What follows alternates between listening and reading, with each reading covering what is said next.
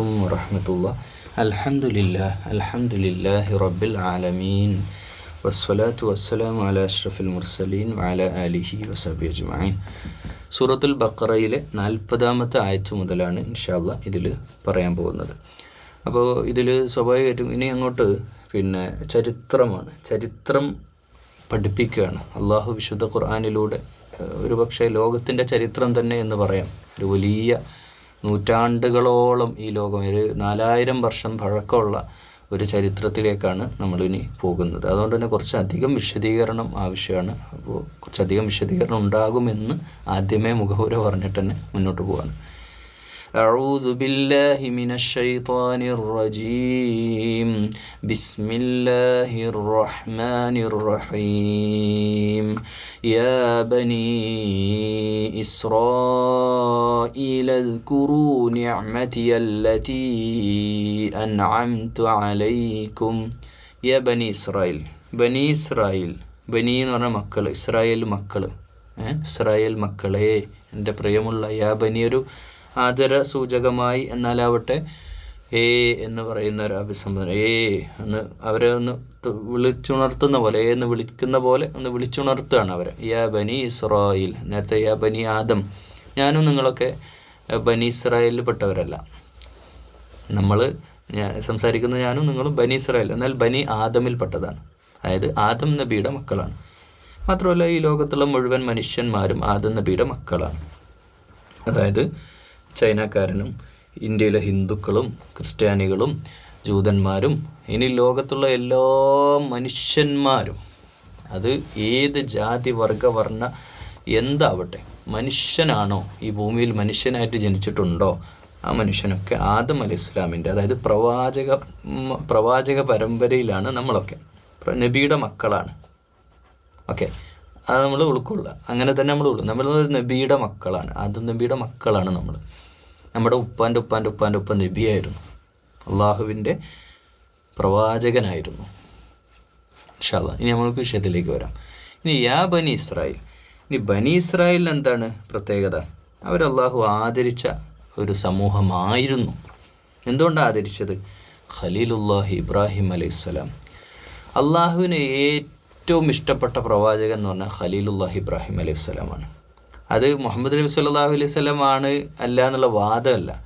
കാരണം മുഹമ്മദ് നബി സല്ലല്ലാഹു അലൈഹി വസല്ലമയോടും പറയുന്നത് മില്ലത്ത് ഇബ്രാഹിം അലൈഹി സ്വലാമിൻ്റെ മില്ലത്ത്, അതിലാണ് നിങ്ങൾ ശ്രദ്ധിക്കേണ്ടത്. ഇബ്രാഹിം അലൈഹി സ്വലാമിനെ മാതൃകയാക്കാൻ മുഹമ്മദ് നബി സല്ലല്ലാഹു അലൈഹി വസല്ലമയോടും പറയാണ്. എന്നുവെച്ചാൽ നബി പോലും നബി മാത്രമല്ല, വിശുദ്ധ ഖുർആനും വളരെ ആദരവോടു കൂടിയാണ് ഇബ്രാഹിം അലൈഹി സ്വലാമിനെ, മാത്രമല്ല ഇബ്രാഹിം അലൈഹി സ്വലാമിന് പ്രവാചക പ്രപിതാമഹനായി വലിയൊരു സ്ഥാനം തന്നെ കൊടുത്തിട്ടുണ്ട്. മാത്രമല്ല അത് മുസ്ലിം കമ്മ്യൂണിറ്റിയിൽ മാത്രമല്ല കേട്ടോ, ക്രിസ്ത്യാനികളും വളരെ ആദരപുരുഷനായിട്ട് ആദരവോടുകൂടി തന്നെയാണ് അബ്രഹാം പ്രവാചകനെ കാണുന്നത് അവരുടെ ഭാഷയിൽ. ജൂതന്മാരാവട്ടെ പിന്നെ പറയണ്ടല്ലോ, ജൂത പാരമ്പര്യം തന്നെ അത് ഇബ്രാഹിമി പാരമ്പര്യത്തിലാണ് ജൂതന്മാരുണ്ടായത്. ജൂതന്മാർ മാത്രമല്ല ക്രിസ്ത്യാനികൾ മാത്രമല്ല അറബികളും. അപ്പോൾ ഇന്ന് ലോകത്തെ മെജോറിറ്റി അറബ് ലോകം, ജൂതന്മാർ, ക്രിസ്ത്യാനികൾ, ഇത് മൂന്നും ജനിക്കുന്നത് ഈ ഒരു പ്രവാചക പരമ്പരയിലാണ്, ഇബ്രാഹിമി പാരമ്പര്യത്തിലാണ്. ഇബ്രാഹിം അലൈഹി ഇസ്ലാമിന് നമ്മൾ ഇസ്രായേൽ ആരാണ് എന്ന ടോപ്പിക്കിലേക്കാണ് നമ്മൾ പോകുന്നത്. അതിന് മുമ്പ് ഈ ബനി ആദം പറഞ്ഞു, ലോകത്തെ പ്രവാചകന്മാർ പറഞ്ഞു. മാത്രമല്ല വളരെ പ്രധാനമായിട്ട് ഇത് പറയുന്നതിൻ്റെ ആമുഖമായിട്ട് പറയാനുള്ള ഒരു കാര്യം, ഈ പ്രവാചകന്മാരൊന്നും, അല്ലെങ്കിൽ ഈ ഖുർആനിൽ പറഞ്ഞ 25 പ്രവാചകന്മാരിൽ ബഹുഭൂരിപക്ഷവും ഹീബ്രു ഭാഷ സംസാരിക്കുന്നവരാണ്. അറബികൾ വളരെ കുറവാണ്.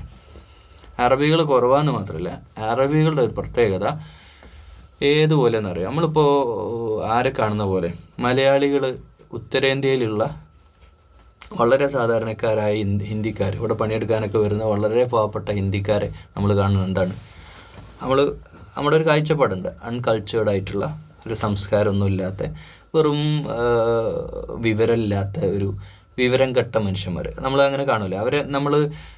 ഞാനങ്ങനെ പറയല്ല, നമ്മൾ ആ ഒരു കാഴ്ചപ്പാട് മനസ്സിലാക്കാൻ വേണ്ടി പറയാം. നമ്മളങ്ങനെ കാണുന്നത് വെച്ചാൽ അവർ വിവരമില്ല, അല്ലെങ്കിൽ ഇപ്പോൾ ഒരു അണ്ണാച്ചികളായിട്ട് വരുന്ന ആളുകൾ, അല്ലെങ്കിൽ ആദിവാസികൾ, അവരെ പറ്റി നമ്മൾ കാണുന്നത് നമ്മുടെ ഒരു കാഴ്ചപ്പാടില്ല. അല്ലെ പട്ടിക, നമ്മൾ ഏറ്റവും ഞാൻ അധിക്ഷേപിച്ചുകൊണ്ട് പറയല്ല, ഇത് മനസ്സിലാക്കാൻ വേണ്ടി പറയാം. പട്ടിക ജാഗ്രത, ഈ പട്ടിക പറയുക, അവർക്ക് ഇപ്പോൾ എത്രയോ മാറ്റങ്ങൾ വന്നു പോയി. പക്ഷേ അവരോടൊക്കെ ഉള്ള നമ്മുടെ ഒരു കാഴ്ചപ്പാട് നമ്മൾ ആ രീതിയിൽ അല്ല. ഒരു മുസ്ലിമിന് അങ്ങനെ കാണാൻ പാടില്ല. പക്ഷേ പൊതുസമൂഹത്തിൽ അങ്ങനെ ഒരു കാഴ്ചപ്പാടുണ്ട്. അവർക്ക് ഒരു ലോക്കൽസ്, അവരൊക്കെ താഴെക്കടയിലുള്ളവർ. അല്ലെ ഇന്ത്യയിലെ പിന്നെ ഈ ഒരു ചാതുർവർണ്ണ സംസ്കാരം ഉണ്ടായിരുന്നല്ലോ, ജാതി മേൽക്കോഴ്മ, ജാതിയുടെയും വർണ്ണത്തിൻ്റെയും ഭാഷയുടെ ഒക്കെ പേരിലുള്ള ചില ഡിസ്ക്രിമിനേഷൻ, അതായത് വിവേചനങ്ങൾ, അതൊക്കെ ഇന്ത്യയിൽ നിലനിന്നിരുന്നു. തൊട്ടുകൂടായ്മയും തീണ്ടിക്കൂടായ്മയും ഇതന്നെയായിരുന്നു അറബികളും ഈ പിന്നെ ജൂതന്മാരും, അതായത് ബനി ഇസ്രായേലും തമ്മിൽ അങ്ങനെ ഒരു ഭാഷാപരമായൊരു അകൽച്ച അവരിൽ ഉണ്ടാക്കുന്നത്. എന്തുകൊണ്ടാണ് ഈ അകൽച്ച, വർഗീയത ഉണ്ടാകുന്നത് വെച്ചാൽ പല കാരണങ്ങൾ അതിലുണ്ട്. ഒന്ന്, ഭാഷാപരമായ വർഗീയത. ഇപ്പോൾ ഇപ്പോഴും ഇല്ല. തമിഴ്നാട്ടുകാർക്ക് തമിഴ് സംസാരിക്കുന്ന ഒരാളെ കിട്ടി കഴിഞ്ഞാൽ അവർക്ക് വലിയ സന്തോഷമാണ്. മലയാളിക്ക് മലയാളിയോടുള്ളൊരു സ്നേഹം, അത് ഗൾഫിലൊക്കെ ഉണ്ടല്ലോ, ഒരു മലയാളിനെ കാണുമ്പോൾ നമുക്ക് സ്വാഭാവികമായിട്ട് മലയാളിയാ എന്ന് ചോദിക്കുന്നുണ്ടല്ലോ. അത് ആ ഒരു ഇഷ്ടം കൂടുകയും എന്നാൽ അതൊരു അകൽച്ചയിലേക്ക് വരികയും ചെയ്യും. ഒരു ഹിന്ദിക്കാരനെ കാണുമ്പോൾ പെട്ടെന്ന് സംസാരിച്ചു തുടങ്ങുന്ന പോലെ ഭാഷാപരമായ വൈവിധ്യം ചെറിയൊരു രീതിയിൽ വർഗീയതക്ക് കാരണമായി. മാത്രമല്ല ഈ ഹീബ്രു ഭാഷ അല്ലെങ്കിൽ പിന്നെ ഇസ്രായേൽ സമൂഹം വേദം കൊണ്ട് അനുഗ്രഹീതരാണ്. എന്നുവെച്ചാൽ വൈദികരാണ്. വൈദികർ എന്ന് നമുക്കതിനെ പറയാം. അപ്പോൾ വേദം അറിവ് കൊണ്ടുള്ള ഒരു മേൽക്കോയ്മ അവർക്ക് ഉണ്ടായിരുന്നു. അതുകൊണ്ട് തന്നെ അറബികളുടെ അന്നത്തെ അറബ് ലോകത്തേക്കും വല്ല വിഷയത്തിലൊക്കെ ജൂതന്മാരൊക്കെ വന്ന് അവരൊക്കെ ഇടകലർന്ന് ജീവിക്കുന്നവരാണ്. അറബിയിലേക്കൊക്കെ ജൂതന്മാർ വരികയാണെങ്കിൽ അവരൊക്കെ അവരുടെ വേഷവും ഭാഷയും രൂപവും ഒക്കെ കാണുമ്പോൾ തന്നെ ഇവർ വളരെ ആദരവോടുകൂടി ഇവരെ കൈകൂപ്പുന്നൊരവസ്ഥ ഉണ്ടായിരുന്നു. എന്ന് വെച്ചാൽ ഇവർ താന്ന ജാതിക്കാരും മറ്റുള്ളൊരു മേലെ ജാതിക്കാരുമായിരുന്നു. അങ്ങനെ ഒരു സിറ്റുവേഷൻ ഇത് ഏത് അവസ്ഥയിലറിയും. ഇപ്പോഴത്തെ അറബ് ലോകത്തും ഇന്നത്തെ കാലത്തും അല്ല കേട്ടോ. ഇത് 4000 വർഷങ്ങൾക്ക് മുമ്പുള്ള അവസ്ഥ, ആ അവസ്ഥയാണ് പറയുന്നത്. അപ്പോൾ ആ ഒരു മേൽക്കോയ്മ ഉണ്ടാവാനുള്ള കാരണം, അവരനുഗ്രഹീതരാവാനുള്ള കാരണം ഇബ്രാഹിമി പാരമ്പര്യമായിരുന്നു. ആ പാരമ്പര്യത്തിൽ അള്ളാഹു വളരെ ആദരിച്ചുകൊണ്ട് ഒരുപാട് പ്രവാചകന്മാരെ വന്നു. ലോകത്തേറ്റവും ബുദ്ധിയുള്ള, ലോകത്തേറ്റവും ശക്തിയുള്ള, ലോകത്തേറ്റവും സൗന്ദര്യമുള്ള, ലോകത്തേറ്റവും സമ്പന്നരായ ഒരു ജനവിഭാഗമായിരുന്നു. ഒരുപാട് അനുഗ്രഹങ്ങൾ അള്ളാഹു നൽകിയ ജനവിഭാഗമായിരുന്നു ആര്? ഇബ്രാഹിം അലൈഹി സ്വലാമിൻ്റെ സന്തതികൾ, ആ സന്താന പരമ്പര.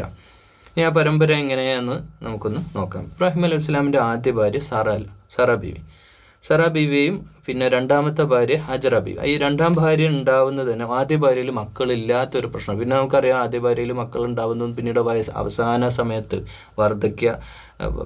പ്രായാധിക്യത്തിൽ അവസാനത്തിൽ ഉണ്ടായിട്ടുള്ള മക്കളാണ് ഇസ്ഹാഖ് അലൈഹി സ്വലാം. പിന്നീട് അതിൻ്റെയൊക്കെ സംഭവം നിങ്ങൾക്കറിയാം. ഞാൻ ആ കഥയിലേക്ക് കടക്കേണ്ടതില്ല എന്ന് എനിക്ക് തോന്നുന്നു. മലക്കുകൾ വന്നതും ആ സന്തോഷ വാർത്ത അറിയിച്ചതും ഒക്കെ നമുക്കറിയാം.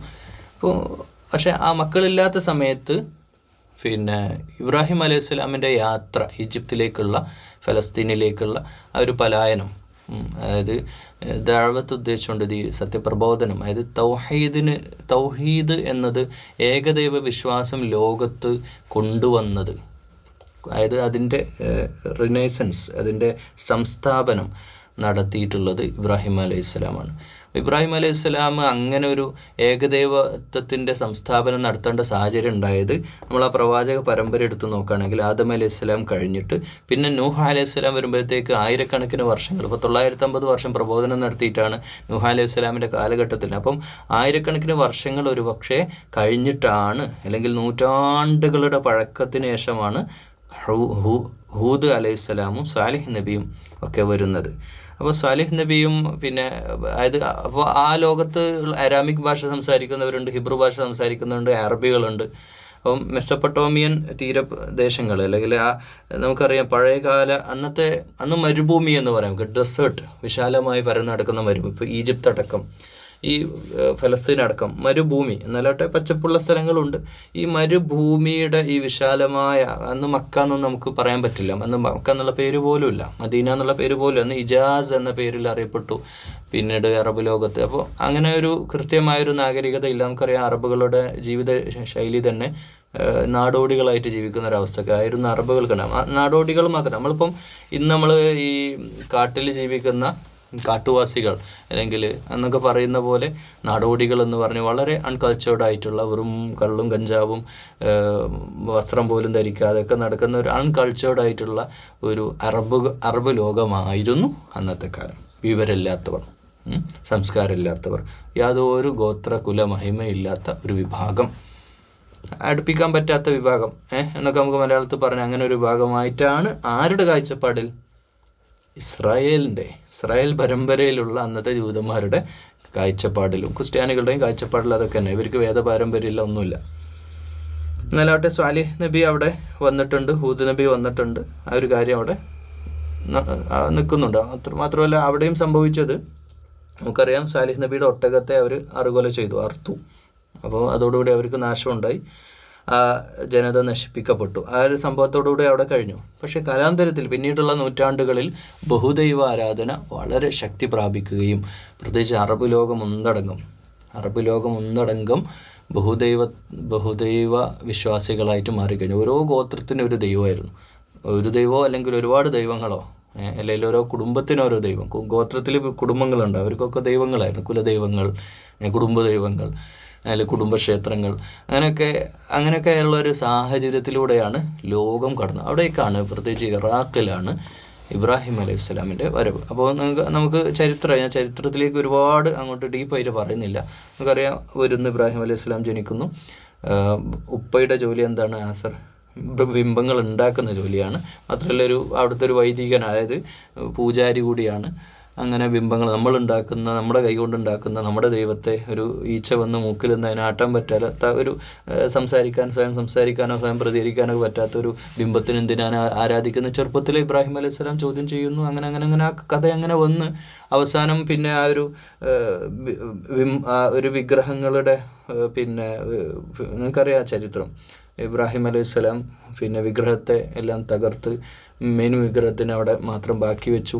അങ്ങനെ ഒരു ഉത്സവം കഴിഞ്ഞ് എല്ലാവരും വന്ന് നോക്കും, ഇത് കണ്ടു. അങ്ങനെ ഇബ്രാഹിം അലൈഹി സ്വലാമാണ് എന്ന് എല്ലാവരും അനുമാനിച്ചു. അങ്ങനെ ഒന്ന് ചോദ്യം ചെയ്തു. ഇബ്രാഹിം അലൈഹി സ്വലാം ചോദിക്കട്ടെ, ഞാനാണ് എന്ന് ഇദ്ദേഹം പറയട്ടെ. മുമ്പിൽ ഒരു കോടാലി മഴുവില്ലേ, ഈ മറ്റു വിഗ്രഹത്തൊക്കെ തച്ചുടച്ച മഴു ഈ മെയിൻ വിഗ്രഹത്തിൻ്റെ ചുമലിൽ വെച്ചിട്ടുണ്ട്. ഇദ്ദേഹത്തോട് ചോദിച്ചു നോക്കൂ. അപ്പോൾ ജനങ്ങളെ വിഡ്ഢിയാക്കുക എന്ന് പറഞ്ഞാൽ വിഡ്ഢികളാണ് എന്ന് അവരെ ബോധ്യപ്പെടുത്തുകയാണ്. പക്ഷേ അതൊന്നും തീർന്നില്ല. പിന്നീട് അങ്ങോട്ട് ഇബ്രാഹിം അലൈഹി സ്വലാം പറയുന്നത്, അപ്പോൾ നിൻ്റെ ദൈവം ആരാണെന്ന് ചോദിക്കുന്നുണ്ട് അവിടുന്ന്. അപ്പോൾ പറയും, എൻ്റെ ദൈവം ചന്ദ്രനാണ്, എൻ്റെ സൂര്യനാണ്, ശക്തിയുള്ള സൂര്യൻ. പക്ഷേ രാത്രി പോയി മറയുന്ന ചന്ദ്രൻ എൻ്റെ ദൈവമല്ല. സൂര്യൻ രാത്രി മറയുന്നുണ്ട്, അതുകൊണ്ട് എനിക്ക് ദൈവമായിട്ട് സൂര്യനെയും ചന്ദ്രനെയും സൃഷ്ടിച്ച് അതിൻ്റെ പിമ്പിലുള്ള ഒരു ശക്തിയാണ് എൻ്റെ ദൈവം എന്നൊക്കെ പറഞ്ഞ് അങ്ങനെ അള്ളാഹുവിനെ പരിചയപ്പെടുത്തുന്നൊക്കെ ഉണ്ട്. പക്ഷേ ഇബ്രാഹിം അലൈഹി സ്വലാമിനെ സംബന്ധിച്ചിടത്തോളം ആ പ്രവാചക ജീവിതം എന്ന് പറഞ്ഞാൽ ത്യാഗമാണ്. അതുകൊണ്ട് തന്നെ പ്രവാചകന്മാർക്ക് തന്നെ മാതൃകയായിട്ട് മുഹമ്മദ് മുസ്തഫ സല്ലല്ലാഹു അലൈഹി വസല്ലമയോട് തന്നെ മില്ലത്ത് ഇബ്രാഹിം എന്നാണ് പറഞ്ഞത്. ഇബ്രാഹിം മില്ലത്തിനെ പിന്തുടരുക. ഇബ്രാഹിം അലൈഹി സ്വലാമിന് അത്ര ഇഷ്ടമായിരുന്നു അള്ളാഹുവിന്. കാരണം തൗഹീദിന് വേണ്ടി ജീവൻ്റെ ആ കത്തിക്കാളുന്ന നരകാഗ്നിയിലേക്ക് തന്നെ വലിച്ചെറിഞ്ഞ് തീ കൊണ്ടുള്ള ശിക്ഷ ഏറ്റവും വലിയ ശിക്ഷയാണ്. സകല രോമകൂപങ്ങളും തൊലി അടക്കം കരിഞ്ഞ് അത്ര വേദന സഹിക്കാൻ പോവാണ്. പക്ഷേ ആ മരണം മുമ്പിൽ കണ്ടിട്ടും ഖലീലുല്ലാഹ് ഇബ്രാഹിം അലൈഹി സ്വലാം പതറാതെ ആ തീകുണ്ടാരത്തിലേക്ക്. പക്ഷേ പിന്നീട് സംഭവിച്ച അത്ഭുതമാണ്. കയറ് മാത്രമാണ് കരിഞ്ഞു പോയിട്ടുള്ളൂ. ഇബ്രാഹിം അലൈഹി സ്വലാം വളരെ കൂളായിട്ട് അവിടെ നിന്ന് ഇറങ്ങിപ്പോയി. പിന്നീടുള്ള യാത്രകളാണ് ഈ പറഞ്ഞ ഫലസ്തീൻ്റെ മണ്ണിലേക്ക്, അതുപോലെ ഈജിപ്തിലേക്കുള്ള യാത്രാ മധ്യേ അവിടെ വെച്ചിട്ടാണ് ഒരു രാജാവിൻ്റെ ഒരു സ്നേഹോപഹാരം എന്നുള്ള രീതിയിൽ ഹജറ ബീവിയുമായിട്ടുള്ള വിവാഹം നടക്കുന്നതും അതിലൂടെ ഇസ്മായിൽ അലൈഹി സ്വലാം ആ ഒരു ഈജിപ്തിലേക്കുള്ള യാത്ര, അത് അള്ളാഹിൻ്റെ കൽപ്പനയാണ്. ആ യാത്ര അനിവാര്യമായിരുന്നു. ആ യാത്ര യഥാർത്ഥത്തിൽ ബനി ഇസ്രായേൽ എന്ന പ്രവാചക പരമ്പരയെ, അല്ലെങ്കിൽ ലോകത്ത് അള്ളാഹു ഏറ്റവും ആദരിച്ച ഒരു ജനവിഭാഗത്തിൽ നിന്ന് അധികാരത്തിൻ്റെ ചെങ്കോൽ, ഏതധികാരത്തിൻ്റെ? പ്രവാചക പരമ്പരയുടെ, അല്ലെങ്കിൽ ലോകത്തെ ഇനി അങ്ങോട്ട് നിങ്ങൾ നയിക്കണ്ട, നിങ്ങളുടെ ജോലി നിങ്ങൾ മതിയാക്കിക്കോളൂ എന്ന് ജൂതന്മാരോടും പ്രത്യേകിച്ച് ക്രിസ്ത്യാനികളോടും അവരിനി നന്നാക്കാൻ കഴിയില്ല എന്ന ബോധ്യത്തിൻ്റെ അടിസ്ഥാനത്തിൽ ആ ബാറ്റൺ, നമ്മളിപ്പോൾ ഈ റിലേ എന്ന് പറഞ്ഞ ഗെയിംസിലൊക്കെ നമ്മളൊരു ബാറ്റൺ കൈമാറുന്നുണ്ടല്ലോ, ഒരു സ്റ്റിക്ക്. ഈ സ്റ്റിക്ക് കൈമാറുന്ന ആ അധികാര ചെങ്കോൽ ഏൽപ്പിക്കുന്ന പോലെ ഈ പറഞ്ഞ അറബികൾ അത് ഏൽപ്പിച്ചു എന്നുള്ളതാണ്. അതായത് ഇബ്രാഹിം അലൈഹിസ്സലാമിൻ്റെ ഹാജറ ബീവിയിലുണ്ടായ, അപ്പോൾ ഹാജറ ബീവിയിൽ അതും രസകരമായ ചരിത്രമാണ്. ഇബ്രാഹിം അലൈഹിസ്സലാമിനോട് പിന്നെ പെട്ടെന്ന് അള്ളാഹു കൽപ്പിക്കുകയാണ്, നേരെ മക്കയിലേക്ക് പോ. മക്ക എന്ന് പറഞ്ഞാൽ മരുഭൂമി, ഡെസേർട്ട്. അവിടെ ഒരു തളിര്, ഒരു ചെറിയൊരു വെള്ളം പോലും ഇല്ലാത്ത നാട്. ആ നാട്ടിൽ വന്നിട്ട് ജീവിക്കാൻ, എന്നിട്ട് അവിടെ ഇട്ടേച്ച് പോകാൻ ഹജറ ബീവിയെയും മോനെ പറഞ്ഞാൽ പിഞ്ചു പൈതലാണ്, പാല് കുടിക്കുന്ന കുട്ടിയാണ്. അപ്പോൾ ആ ഒരു അവസ്ഥയിൽ അവിടെ ഇട്ട് പോകാൻ. അപ്പോൾ ഹജറ ബീവി ചോദിക്കും, ഹജറ ബീവി പറഞ്ഞാൽ ത്യാഗത്തിൻ്റെ, ഇബ്രാഹിം അലൈഹി സ്വലാം എന്താണോ അതിൻ്റെ അപ്പുറമായിരുന്നു. ഹജറ ബീവി ഒറ്റ ചോദ്യം ചോദിക്കുള്ളൂ, അള്ളാഹുവിൻ്റെ കൽപ്പനയാണോ? എന്നാൽ പിന്നെ ഒന്നും പേടിക്കണ്ട, അല്ലല്ലാ തവക്കൽ ഇതിനില്ല. സന്തോഷത്തോടെ ഭർത്താവിനെ യാത്ര അയക്കാണ്, നിങ്ങൾ പോയി വരും, നിങ്ങളെ ദൗത്യമായിട്ട് പോയിട്ട് വരും, ഞാൻ അള്ളാഹു എന്നെ നോക്കിക്കോളൂ എന്നുള്ള ആത്മവിശ്വാസം. എന്നിട്ടും പതറുന്നില്ല ആ സ്ത്രീ. ആ സ്ത്രീയെ ശരിക്ക് ഓരോ സ്ഥിതി കേൾക്കുന്ന സഹോദരിമാർ മാതൃകയാക്കേണ്ട ഒരു കാര്യമാണ്. ഇബ്രാഹിം അലൈഹി സ്വലാമിൻ്റെ ഭാര്യ ഹജറ ബീവി ത്യാഗത്തിൻ്റെ ആ ചുട്ടുപൊള്ളുന്ന ചൂടത്ത് ആ മോനെയും കയ്യിൽ പിടിച്ചുകൊണ്ട് പാല് വറ്റി അവസാനം. കാരണം ഉമ്മ എന്തെങ്കിലും കഴിക്കണ്ടേ, ഭക്ഷണം എന്തെങ്കിലും കഴിക്കണ്ടേ, മരുഭൂമിയിൽ എന്ത് ഭക്ഷണം, ഉണ്ടായ കുറച്ച് വെള്ളം ഈത്തപ്പഴമൊക്കെ കഴിഞ്ഞു. അങ്ങനെ മോനെ കരയാൻ തുടങ്ങി. അപ്പോൾ ആ ചുടു വെയിലത്ത് അവിടെ കിടത്തിയിട്ട് ആ സഫ മർവ മല, അവിടെ 2 മലകളുണ്ട്. ആ മല വലിയ ഹൈറ്റുള്ള മല, എപ്പോഴും ആ മല അവിടെ കിടക്കുന്നുണ്ടല്ലോ.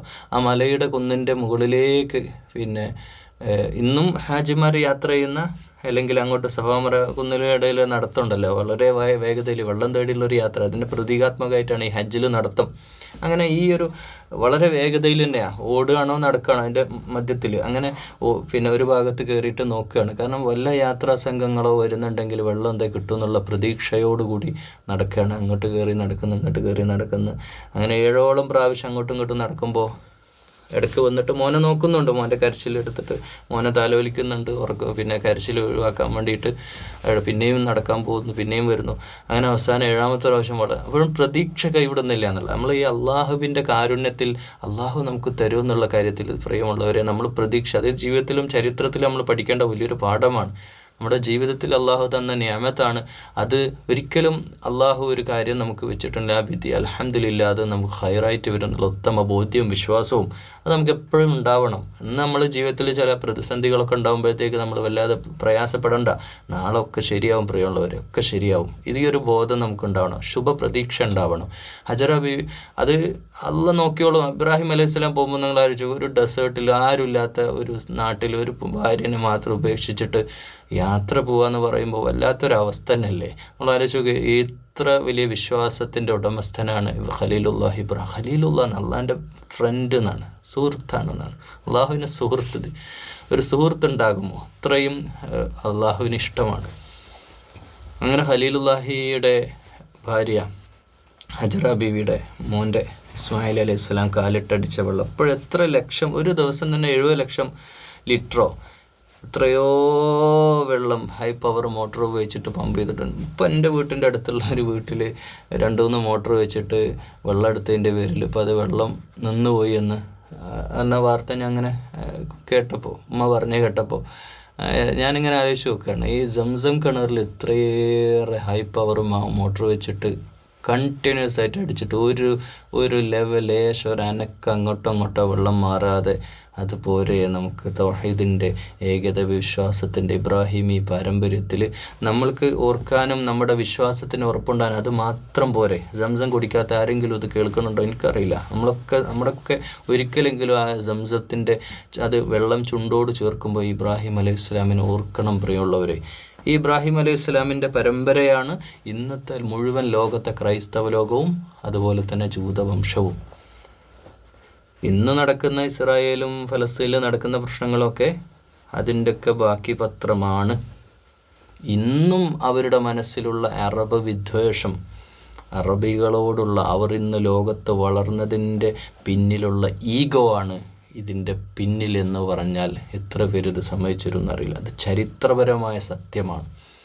ഇസ്രായേൽ എന്ന ജനതക്ക് അവർക്ക് അറബുകളോടുള്ള വിദ്വേഷം, അറബ് ജനതയോടുള്ള അവർ ലോക്കൽസ്, അവരൊരു കാട്ടുവാസികൾ, കാടന്മാരായിട്ടുള്ള കാട്ടറബികൾ, ആ ഒരു കാഴ്ചപ്പാട് ഇന്നും അവർ വെച്ച് പുലർത്തുന്നു എന്നുള്ളതാണ്. അതുകൊണ്ടാണ് ഫലസ്തീൻ മാത്രമല്ല അവരുടെ മാപ്പിലുള്ളത്. സൗദി അടക്കം, UAE അടക്കം, GCC മൊത്തം അവർക്ക് കിട്ടണം തന്നെയാണ്. അത് അങ്ങടെ ആണ് എന്ന ഒരു ബോധം അവരുടെയൊക്കെ മനസ്സിൽ കുത്തിവെക്കപ്പെട്ടിട്ടുണ്ട്, വിഷം പോലെ.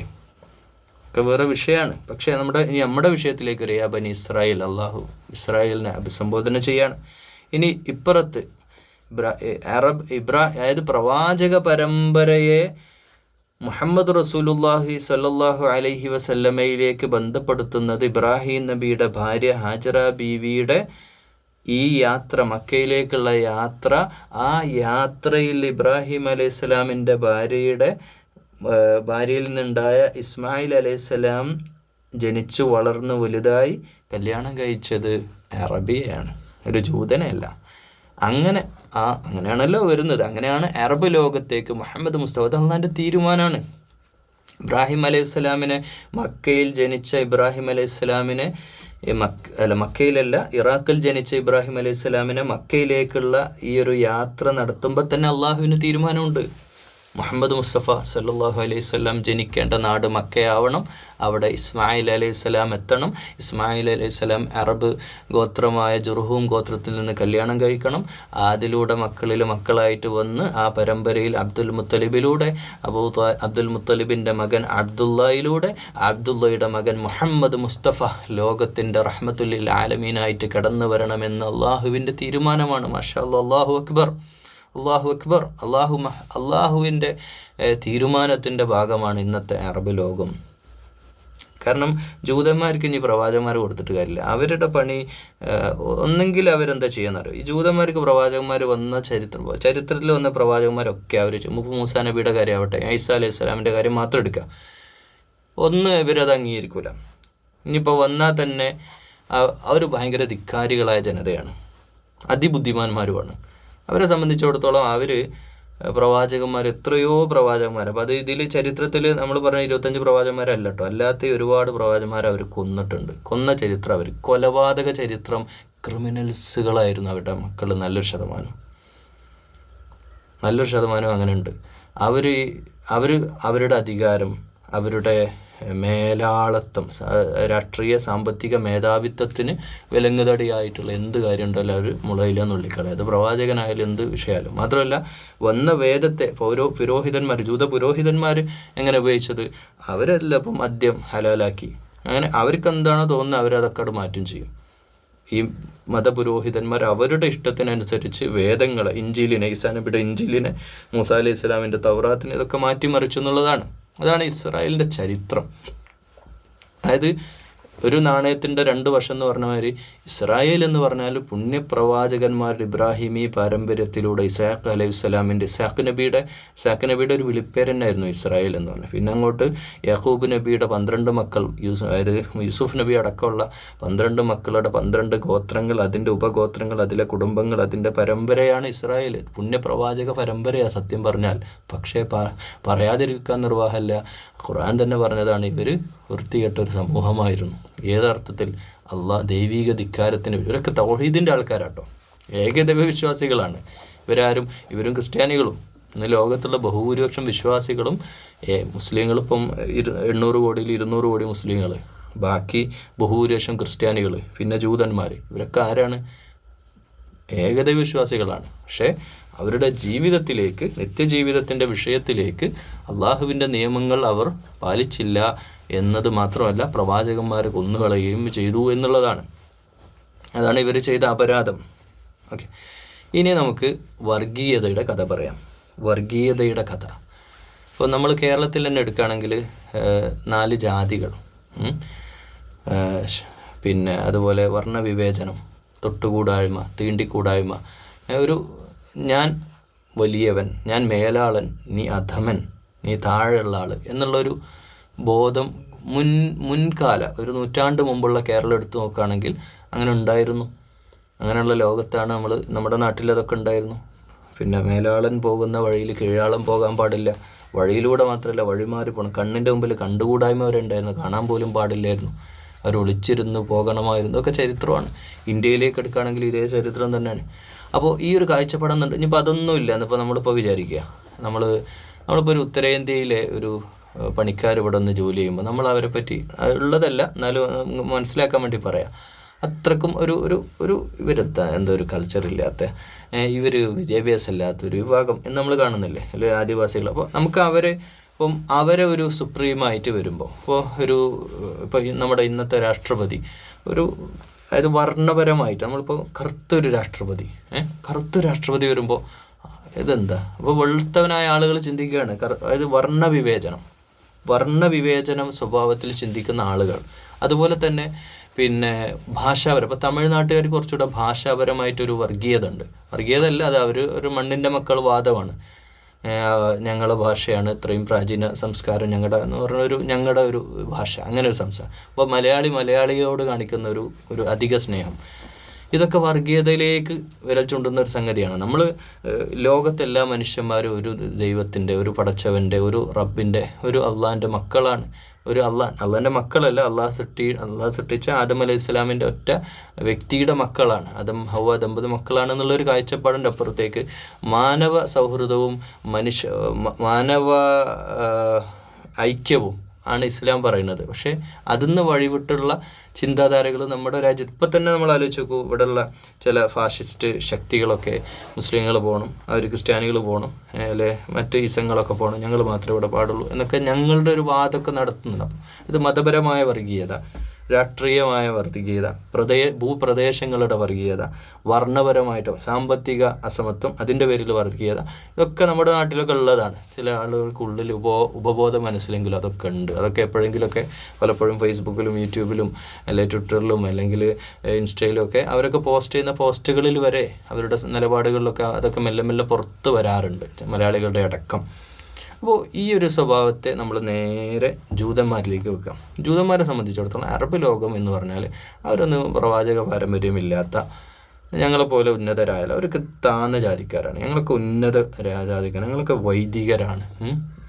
ഞങ്ങളൊക്കെ എന്ന് പറഞ്ഞാൽ ഞങ്ങളൊക്കെ സ്വർഗാവകാശികളാണ്. ഞങ്ങളൊക്കെ നേരെ സ്വർഗത്ത് പോകേണ്ടത്. നിങ്ങളൊന്നും സ്വർഗത്ത് പോകില്ല. നിങ്ങളൊന്നും കൾച്ചറില്ലാത്ത, വിവരവും വിദ്യാഭ്യാസവും ഇല്ലാത്ത, വേദപാരമ്പര്യമില്ലാത്ത വളരെ നികൃഷ്ടരായ ജീവികൾ എന്ന് മനുഷ്യരായിട്ട് പോലും അവർ പരിഗണിക്കുന്നില്ല. അതിൻ്റെ ഒരു മികച്ച ഉദാഹരണം ഇന്ന് ഫലസ്തീനിൽ അവർ ചെയ്തുകൊണ്ടിരിക്കുന്ന അറുകൊല വംശഹത്യ നമുക്കറിയാം. അതെന്ന് വെച്ചാൽ കാരുണ്യം എന്ന് പറഞ്ഞ സാധനം ഇവരെ തൊട്ട് തീണ്ടിയിട്ടില്ല. മനുഷ്യത്വം എന്ന് പറഞ്ഞ സാധനം ഇവരെ മനുഷ്യരായിട്ട് തന്നെ ഉൾക്കൊള്ളാൻ പറ്റാത്ത രീതിയിൽ ക്രൂരന്മാരായ മനസ്ഥിതിയുള്ള ഒരു നല്ലൊരു വിഭാഗം ജൂതന്മാരിലുണ്ട് കേട്ടോ. ഇനി അതിന് ഒരു മറുവശമുണ്ട്. ഇന്നും ലോകത്തെ ജൂതന്മാരിൽ നല്ലൊരു ശതമാനവും ക്രൈസ്തവ ലോകത്തെ നല്ലൊരു മെജോറിറ്റിയും മനുഷ്യത്വമുള്ളവരാണ്. അത് സമ്മതിക്കാതെ വഴിയ അതങ്ങനെ ഉണ്ട്, അത് സത്യമാണ്. പക്ഷേ ജൂതന്മാരിൽ നല്ലൊരു ഭാഗം എന്താണ്? അതിക്രൂരം. അതിൻ്റെ ക്രൂരതയുടെ മികച്ച ഉദാഹരണമാണല്ലോ ഇപ്പം നടന്നുകൊണ്ടിരിക്കുന്ന വംശഹത്യ. ലോക ചരിത്രത്തിൽ കേട്ടുകേൾവിയില്ലാത്ത എത്ര വർഷമായി, ഏകദേശം ഒരു 100 കാലത്തോളം ഇത് തുടർന്നുകൊണ്ടിരിക്കുകയല്ലേ. 21-ാം നൂറ്റാണ്ടിലും ഈ ഒരു സത്യം. ഇപ്പം ഖുർആൻ അന്ന് യാ ബനി ഇസ്രായേൽ എന്ന് പറഞ്ഞപ്പോൾ തീരുന്നത് നമ്മൾ ഈ ആയത്തിലേക്ക് വരുമ്പോൾ നമുക്ക് കുറച്ചുകൂടെ ബോധ്യമാവും. അപ്പോൾ ഇതാണ് രത്ന ചുരുക്കം. അപ്പോൾ ഒന്നുകൂടെ പറയാണ്, ഇബ്രാഹിം അലൈഹി സ്വലാമിൻ്റെ സാറ എന്ന് പറയുന്ന ഭാര്യയിലൂടെ അതിലെ മക്കളായിട്ട് വന്ന ലോകത്തെ മുഴുവൻ ജൂതന്മാരും ക്രൈസ്തവരും അതിൻ്റെ പരമ്പരയിലാണ് ഈസാ നബിയും വരുന്നത് കേട്ടോ. സാറയുടെ പരമ്പരയിൽ, ഇബ്രാഹിം അലൈഹി സ്വലാമിൻ്റെ പരമ്പരയിൽ തന്നെ മറ്റ് 2ാം ഭാര്യ ഹാജറ ബീവിയിലൂടെ ഇസ്മായിൽ അലൈഹി സ്വലാമിൻ്റെ മക്കള് പരമ്പരയിൽ വന്ന അബ്ദുൽ മുത്തലിബിലൂടെ ഖുറൈഷ് ഗോത്രത്തിലൂടെ ഹാഷിം കുടുംബത്തിലെ അബ്ദുള്ളയുടെ മകൻ മുഹമ്മദ് മുസ്തഫ സ്വല്ലല്ലാഹു അലൈഹി വസല്ലമയുടെ പരമ്പര. അപ്പോൾ യഥാർത്ഥത്തിൽ ഇബ്രാഹിം അലൈഹി സ്വലാമിൻ്റെ പാരമ്പര്യത്തിൽ ഈ യൂസുഫ് അലൈഹി സ്വലാമിൻ്റെ അല്ലെങ്കിൽ ആ 11 മക്കളില്ലേ, യാക്കൂബ് നബിയുടെ മക്കളായ 12 ഗോത്രം, അവർ വലിയ ഗോത്രങ്ങൾ പറഞ്ഞാൽ ചില്ലറക്കാരൊന്നുമില്ല, 10,000 ജനങ്ങളുള്ള ഓരോ ഗോത്രവും അത്രയ്ക്കും വലിയ ജനസമൂഹമായിട്ട് അവർ വരുന്നുണ്ട്.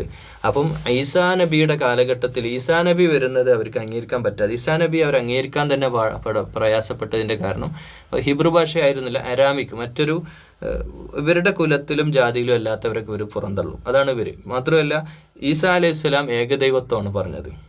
അപ്പോൾ ഇവരാവട്ടെ ഇവരുടെ ഏകദൈവത്വമാണ് എന്നുള്ള വിഷയമാണ്. പക്ഷെ ഇവർ എല്ലാം മൂസ അലൈഹി സ്വലാമിൻ്റെ തൗറാത്ത് ഇവർ മൊത്തത്തിൽ മാറ്റിമറിച്ചിട്ടുണ്ടായിരുന്നു. നമുക്കറിയാം, നീയും മൂസാ നബിയോട് തന്നെ ഇവർ പറയുന്ന ഒരു ഡയലോഗുണ്ട്, നീയും നിൻ്റെ റബ്ബും പോയിട്ട് യുദ്ധം ചെയ്തുകൊള്ളുകയെന്ന്. ഇത്രക്കും ഇവർ മോശം കാര്യം. ഇപ്പോൾ ഈ ആയത്തന്നെ നമുക്കൊന്ന് കണ്ടിന്യൂ ചെയ്ത് പറഞ്ഞു നോക്കാം. ഔഫൂ ബി അഹ്ദീ, നിങ്ങൾ എൻ്റെ വാഗ്ദാനങ്ങൾ, എന്നോടുള്ള കരാറുകൾ പാലിക്കുക. അപ്പോൾ അള്ളാഹുവായിട്ട് ഇവർ കരാറുണ്ടാക്കിയിട്ടാണ്. അള്ളാഹുവായിട്ടുള്ള കരാർ എന്ന് പറഞ്ഞാൽ ഇതാണ്. എന്താണ് കരാറ്? ലാ ഇലാഹ ഇല്ലല്ലാഹ്, ഇതാണ് കരാറ്. അള്ളാഹു അല്ലാതെ ഉലൂഹിയത്ത്, അതായത് അള്ളാഹുവിൻ്റെ ഇഷ്ടത്തിനനുസരിച്ച് നമ്മൾ ജീവിതത്തിൻ്റെ എല്ലാ മേഖലയെയും ചിട്ടപ്പെടുത്തേണ്ടത് എന്ന ഈ കരാർ വലിയ പ്രധാനപ്പെട്ട സംഗതിയാണ് കേട്ടോ. ഇതിനെ നമുക്ക് ഇന്നത്തെ മതപുരോഹിതന്മാരിലേക്കും ഇതിനെ ബന്ധപ്പെടുത്താം. നമുക്കിതിനെ ബന്ധപ്പെടുത്തേണ്ടതുണ്ട്. കാരണം എന്താണെന്നറിയോ? ഇന്നത്തെ മേലാളന്മാർ, അല്ലെങ്കിൽ ഇന്ന് എല്ലാവരെയും അല്ല, വളരെ ചുരുക്കം, വളരെ കുറഞ്ഞ പക്ഷം മതപുരോഹിതന്മാർ, പ്രത്യേകിച്ച് കേരളത്തിലടക്കം, അവർ ചെയ്തുകൊണ്ടിരിക്കുന്നത് ഇതന്നെ. ഈ കരാറിൻ്റെ ലംഘനം അവർ നടത്തിക്കൊണ്ടിരിക്കുന്നുണ്ട്. അതെന്താണ്? അതായത് അള്ളാഹു എന്നത് ഒരു വേഷത്തിലേക്ക് ഒതുക്കുക, അള്ളാഹുവിൻ്റെ ഇസ്ലാമിനെ ഒരു വേഷത്തിലേക്ക് ഒതുക്കുക, അല്ലെങ്കിൽ ഒരു ചില പൗരോഹിത്യത്തിൻ്റെ ചില ചടങ്ങുകളിലേക്ക് മാത്രമാക്കി മാറ്റുകയും ജീവിതത്തിൻ്റെ മേഖലകളിലേക്ക്, നിത്യജീവിതം, അതായത് ഇപ്പോൾ ഉദാഹരണമായിട്ട് പറയാൻ, ഇപ്പോൾ ഇസ്രായേൽ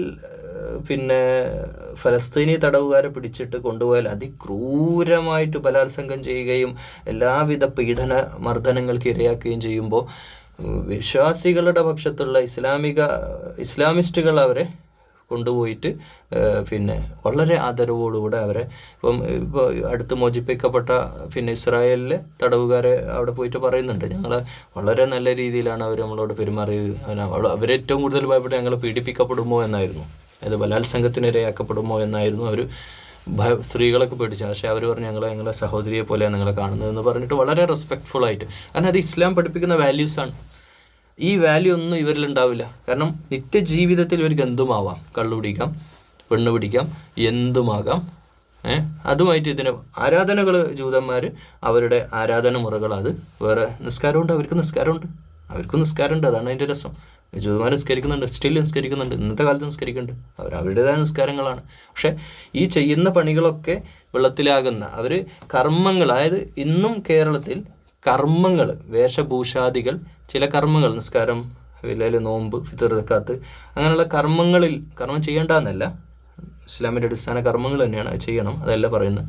ആ കർമ്മങ്ങൾ ചെയ്യുക എന്നതിലപ്പുറം ആ ആഘോഷ പരിപാടിയായിട്ട് ബന്ധപ്പെട്ട്, അല്ലെങ്കിൽ നിസ്കാരം, അല്ലെങ്കിൽ പെരുന്നാളിൻ്റെ ഒരു നിസ്കാരം, അതിലൊക്കെ അപ്പുറത്തേക്ക് നിത്യജീവിതത്തിൻ്റെ എല്ലാ ഏരിയകളെയും, സകല മേഖലകളെയും, സാമ്പത്തിക രംഗം മാത്രമല്ല, കുടുംബ എല്ലാ വിഷയത്തിലും ഇസ്ലാമിക നിലപാടോടുകൂടി ആയിരിക്കണം ജീവിക്കേണ്ടത് എന്ന കാഴ്ചപ്പാടിൽ നിന്ന് വഴിമാറി സഞ്ചരിക്കുന്ന ഇസ്രായേലിസ്റ്റുകളായിട്ടുള്ള ഇസ്ലാമിസ്റ്റുകൾ ഇന്ന് ലോകത്തുണ്ട്. അതെല്ലാം എല്ലാ രാജ്യത്തും ഉണ്ട്. ഞാൻ പറഞ്ഞതിന് ഒന്നുകൂടെ വ്യക്തമാക്കുകയാണ്. ഇസ്രായേലിന് അള്ളാഹു വിളിച്ച് അഭിസംബോധന ചെയ്യുകയും ഇസ്രായേൽ ചെയ്ത കുറ്റത്തെ ഖുർആനിലൂടെ ലോകാവസാനം വരെയുള്ള ജനങ്ങളെ പഠിപ്പിക്കുകയും ചെയ്യുന്നതിന് പിന്നിൽ അള്ളാഹു ഉദ്ദേശിക്കുന്നത് ഇസ്രായേൽ സമൂഹമായതുപോലെ നിങ്ങളാകരുതേ എന്ന് നമ്മളെ പഠിപ്പിക്കുകയാണ്. ഇസ്രായേൽ എന്താ ചെയ്തത്? വിശുദ്ധ ഖുർആനിനെ, തിരുസുന്നത്തിനെയും അവരുടെ ആരാധനാനുഷ്ഠാനങ്ങളിൽ മാത്രം ഒതുക്കി നിർത്തുകയും ജീവിതമെന്ന ഒരു മനുഷ്യൻ ഉറങ്ങിണീറ്റ് മുതൽ ഉറങ്ങുന്നത് വരെയുള്ള മുഴുവൻ മേഖലകളിലും ഇസ്ലാമിനെ അകറ്റി നിർത്തുകയും മാത്രമല്ല, വേദങ്ങൾ തിരുത്തുകയും ഇഞ്ചീലും സബൂറും തിരുത്തുകയും, ഇന്ന് ഖുർആൻ ഇപ്പോൾ തിരുത്താൻ വഴിയില്ലാത്തതുകൊണ്ടാണ്. പിന്നെ മാത്രമല്ല, ഖുർആൻ വായിക്കണ്ട എന്നുള്ളതാണ്. ചില പണ്ഡിതന്മാരുടെ അഭിപ്രായത്തിൽ ഖുർആൻ അങ്ങനെ പഠിക്കേണ്ട, പൊതുസമൂഹം ഖുർആൻ പഠിക്കേണ്ട, ഞങ്ങൾ ആലിമീങ്ങൾ പഠിച്ചാൽ മതി, എന്നിട്ട് ഞങ്ങളുടെ ഇഷ്ടത്തിനനുസരിച്ച് ഞങ്ങൾ പൈസ ഉണ്ടാക്കാനുള്ള, അല്ലെങ്കിൽ പണം നേടിയെടുക്കാനുള്ള ഉപാധിയായിട്ട് ഖുർആനെ മാറ്റിക്കൊള്ളാന്നുള്ള പൗരോഹിത്യ ചിന്ത വെച്ച് പുലർത്തുന്ന ലോകാവസാനം വരെയുള്ള മുഴുവൻ പണ്ഡിതന്മാർക്കും, അല്ലെങ്കിൽ സമുദായത്തിൻ്റെ നേതൃത്വത്തോടും കൂടിയാണ് ഇസ്രായേലിസ്റ്റുകളാകരുതേ എന്ന് ഒരു ഉത്ബോധനം കൂടെ ഇവിടുന്ന് അങ്ങോട്ടുള്ള ആയത്തുകളിലുണ്ട് എന്നുള്ളതാണ്. അപ്പോൾ ഔഫു ബി അഹദ്, കരാർ എന്താണ്? അള്ളാഹു ഒരു കരാർ ചെയ്തിട്ടുണ്ട്. സ്വർഗത്തിൽ നിന്ന് ഭൂമിയിലേക്ക്, അത് പഴം തിന്നുകൊണ്ട് മാത്രമല്ല ഭൂമിയിലേക്ക് അള്ളാഹു അയച്ചത്. അല്ലദീ ഖലഖൽ മൗത വൽ ഹയാത ലിയബ്ലുവക്കും അയ്യുക്കും അഹ്സനു അമല, സൂറത്തുൽ മുൽക്കിൽ പറഞ്ഞിട്ടുണ്ട്.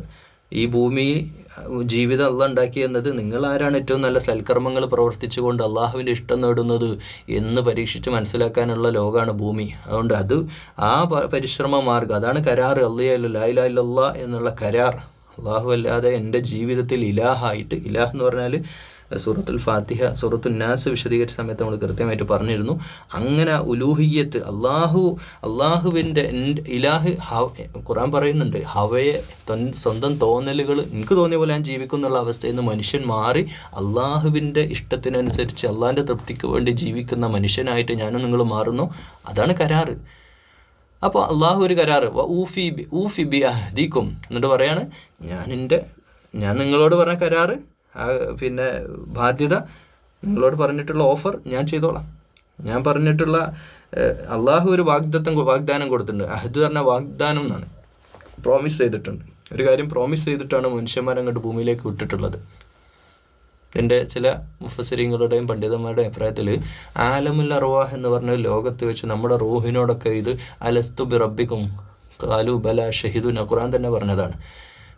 ഞാനല്ലയോ നിങ്ങളുടെ റബ്ബ് എന്ന ബോധ്യം എല്ലാ ആത്മാവിനുണ്ട് എന്നാണ്, മനുഷ്യാത്മാക്കൾക്കുണ്ട്. ഇത് ഭൂമിയിലേക്ക് എത്തിയ ശേഷം നമ്മുടെ ഉപബോധ മനസ്സിൽ പഠിച്ചവനനുസരിച്ച് ജീവിക്കണം എന്നുള്ള ബോധം എല്ലാ മനുഷ്യരിലും ഉണ്ട്. എല്ലാ മത ജാതി വിഭാഗത്തിൻ്റെ ഉള്ളിലും ആ ദൈവിക ബോധം കുടികൊള്ളുന്നുണ്ട്.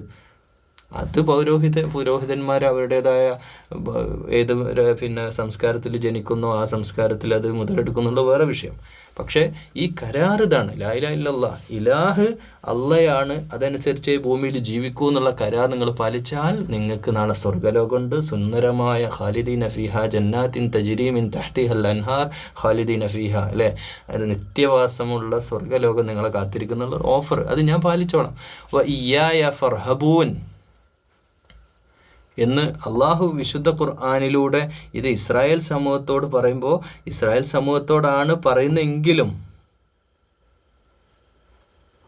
ഇന്നത്തെ നമ്മളോടും കൂടെ ചരിത്രത്തിൽ നിന്ന് പാഠം ഉൾക്കൊള്ളാൻ വേണ്ടിയാണ് ഇത് പറയുന്നത്. വയ്യായ ഫർഹബൂൻ, നിങ്ങൾ എന്നെ വഴിപ്പെട്ടുകൊണ്ട് അള്ളാഹുവോടുള്ള വാഗ്ദാനം പാലിച്ച് ജീവിക്കുക എന്ന് ഇസ്രായേൽ സമൂഹത്തോട് പറയുന്നത്. ഖുറു നിയാമത്തി അല്ലത്തി അനാമത്ത് വരെ നിങ്ങൾക്ക് എന്തൊക്കെ നിയാമത്തുകളാണ് തന്നത്. ഇപ്പോൾ മൂസ അലൈഹി ഇസ്ലാമിൻ്റെ ചരിത്രം എടുത്ത് നോക്കൂ. ഇസ്രായേലിനെ അറുകൊല ചെയ്ത ഈജിപ്തിലെ രാജാവായ ഫറോവ, ആ ഫറോവയുടെ ക്രൂരമായ കൊടും പീഡനങ്ങളിൽ നിന്ന് നിങ്ങളെ കാത്തതാരാ കാത്തത്? അള്ളാഹുവാണ്. ചെങ്കടൽ പിളർത്തിക്കൊണ്ട് മൂസ അലൈഹി ഇസ്ലാമിനെ കാണുക, പിന്നെ മന്നയും സൽവയും വന്നതും, പിന്നെ അങ്ങോട്ടുള്ള 12, അതൊക്കെ ഇതിൽ കഥ ഇനി വരാനിരിക്കുന്നുണ്ട്. ഞാൻ അങ്ങോട്ട് എത്തുമ്പോൾ ഇൻഷാ അല്ലാഹ് നമുക്ക് പറയാം, നമുക്ക് അടുത്ത ആയത്തിലേക്ക് പോകാം. അപ്പോൾ വീണ്ടും ഇതിനി ഇസ്രായേലിൻ്റെ ചരിത്രം നമ്മുടെ മനസ്സിലൊക്കെ ഉണ്ടാവണം. ഈ ആരാണ് ഇസ്രായേൽ എന്നുള്ള ഇസ്രായേലിൻ്റെ 2 വശങ്ങളും നമ്മുടെ മനസ്സിലുണ്ടാവണം. ഒന്നാമത്തെ വശം അവരുടെ പുണ്യപ്രവാചകന്മാരുടെ ഇബ്രാഹിം അലൈഹി സ്വലാമിൻ്റെ ഇസ്ഹാഖ് നബിയുടെ പരമ്പരയാണ് ഇസ്രായേൽ എന്നറിയപ്പെട്ടത്. യാക്കൂബ് അലൈഹി സ്വലാമിൻ്റെ പരമ്പരയിലൂടെ ആ 12 മക്കളിലൂടെ അതിൽ വന്ന പുണ്യപ്രവാചക പരമ്പരയുടെ ഫലസ്തീനിലടക്കം ആ പുണ്യഭൂ പ്രദേശത്ത് ജീവിച്ച ആ വലിയ പാരമ്പര്യമുള്ള മഹത് കുടുംബത്തിലെ വലിയ ഗോത്രമഹിമയുള്ള അള്ളാഹു അനുഗ്രഹിച്ച വിഭാഗമായിരുന്നു ഇസ്രായേൽ എന്ന കാര്യം നമ്മൾ വിസ്മരിക്കരുത്. അതോടൊപ്പം ലോകത്തെ ചരിത്രത്തിൽ ഏറ്റവും നന്ദികെട്ട പ്രവാചകന്മാരെ അറുകൊല ചെയ്ത വളരെ വൃത്തികെട്ട ഇന്നും ചോരപ്പുഴ ഒഴുക്കിക്കൊണ്ടിരിക്കുന്ന, ചോരപ്പുഴ എന്ന് തന്നെ പറയാം, മനുഷ്യരക്തം കൊണ്ട് അതിക്രൂരത കാണിക്കുന്ന ഇസ്രായേൽ എന്ന, ഇന്ന് എല്ലാറ്റിനും അമേരിക്കയുടെ പിന്നിൽ ഇസ്രായേലാണ്, അമേരിക്ക നടത്തുന്ന പ്രവർത്തനങ്ങളൊക്കെ പിന്നിൽ ഇസ്രായേലാണ്. ഇവർക്ക് കൊടും ബുദ്ധിയാണ്, അതിബുദ്ധിമാന്മാരായ മനുഷ്യന്മാരാണ് ഇസ്രായേൽ എന്ന് ഇന്നും ലോകത്ത്. ഈ ഹിറ്റ്ലർ ഒരു കാലത്ത് പിന്നെ പറയപ്പെടുന്ന ചരിത്രമാണ്, ജൂതന്മാരെ കുറച്ച് 10% ആ ലോകത്ത് ബാക്കി വെച്ചിട്ടുണ്ട് എന്ന് പറയുന്നൊരു കാര്യമുണ്ട്. നിങ്ങൾ അനുഭവിച്ചോളൂ ലോകമേ എന്ന് വെച്ചാൽ ഇവർ കാണിച്ചു കൂട്ടുന്ന ഇത്രയും കൊടും ക്രൂരതയാണ് ലോകത്തിനെ അവർ കാണിച്ചുകൊണ്ടിരിക്കുന്നത്. ഇനി അടുത്ത ആയത്തിലേക്ക് കിടക്കാം. وآمنوا بما أنزلت مصدقا لما معكم ولا تكونوا أول كافر به وآمنوا بما أنزلت مصدقا لما معكم. നിങ്ങൾക്ക് അവതരിച്ച വേദഗ്രന്ഥം, അതായത് ഇഞ്ചീലാവട്ടെ, അതായത് ഖുർആൻ്റെ കാര്യം പറയാട്ടോ, അള്ളാഹിൻ്റെ റസൂൽ മുഹമ്മദ് മുസ്തഫ സല്ലല്ലാഹു അലൈഹി വസല്ലമ വരികയും അന്ത്യപ്രവാചകനായിട്ട് വരികയും ചെയ്തപ്പോൾ ജൂതന്മാർ നിഷേധിച്ചു. അവർക്ക് താല്പര്യമല്ല. ക്രൈസ്തവ ലോകവും ജൂത വിഭാഗവും ഹീബ്രു ഭാഷയിലും അരാമിക് ഭാഷയിലൊക്കെ വരേണ്ട നബിയെ ഈ ലോക്കൽ കട്ടറബികളുടെ വീരല്ലാത്ത ഇവരുടെ കൂട്ടത്തു നിന്നാണോ നബിയെ തിരഞ്ഞെടുത്തത്, അതുകൊണ്ട് ഞങ്ങളത് അംഗീകരിക്കില്ല എന്നൊരു നിലപാട് അവരുണ്ടായിരുന്നു. അപ്പോൾ അവരോട് പറയാണ് വാമിനങ്ങൾ വിശ്വസിക്കുക. പക്ഷേ ഈ ഒരു ആമിന എന്നുള്ള വാക്ക് ഏറ്റെടുത്ത് വിശ്വസിച്ച് ലക്ഷക്കണക്കിന് എത്രയോ ജനങ്ങൾ അന്ന് തന്നെ ക്രൈസ്തവ ജൂത പാരമ്പര്യത്തിലുള്ള, ഇപ്പോൾ സൽമാനുൽ ഫാരിസി അടക്കം റളിയല്ലാഹു അൻഹു, ചരിത്രം നമ്മൾ പഠിച്ചു കഴിഞ്ഞാൽ അവർക്ക് ഇസ്ലാമിലേക്ക് ആകർഷിതരാവുന്നത് ഖുർആനിലൂടെ തന്നെയാണ്. ഖുർആൻ പറയും ബിമ അൻസൽതു മുസദ്ദിഖൻ ലിമാ മഅക്കും, നിങ്ങളുടെ ഇടയിലുള്ള ഇഞ്ചീലിനെയും സബൂറിനെയും പ്രവാചകന്മാരെയൊക്കെ സത്യപ്പെടുത്തിയിട്ടാണ്, അതിനൊക്കെ നിഷേധിച്ചിട്ടല്ല വിശുദ്ധ ഖുർആൻ വന്നത്. അതുകൊണ്ട് വല തകൂനു അവ്വല, നിങ്ങൾ ആദ്യം നിഷേധിക്കുന്നവരല്ല ആവേണ്ടത്.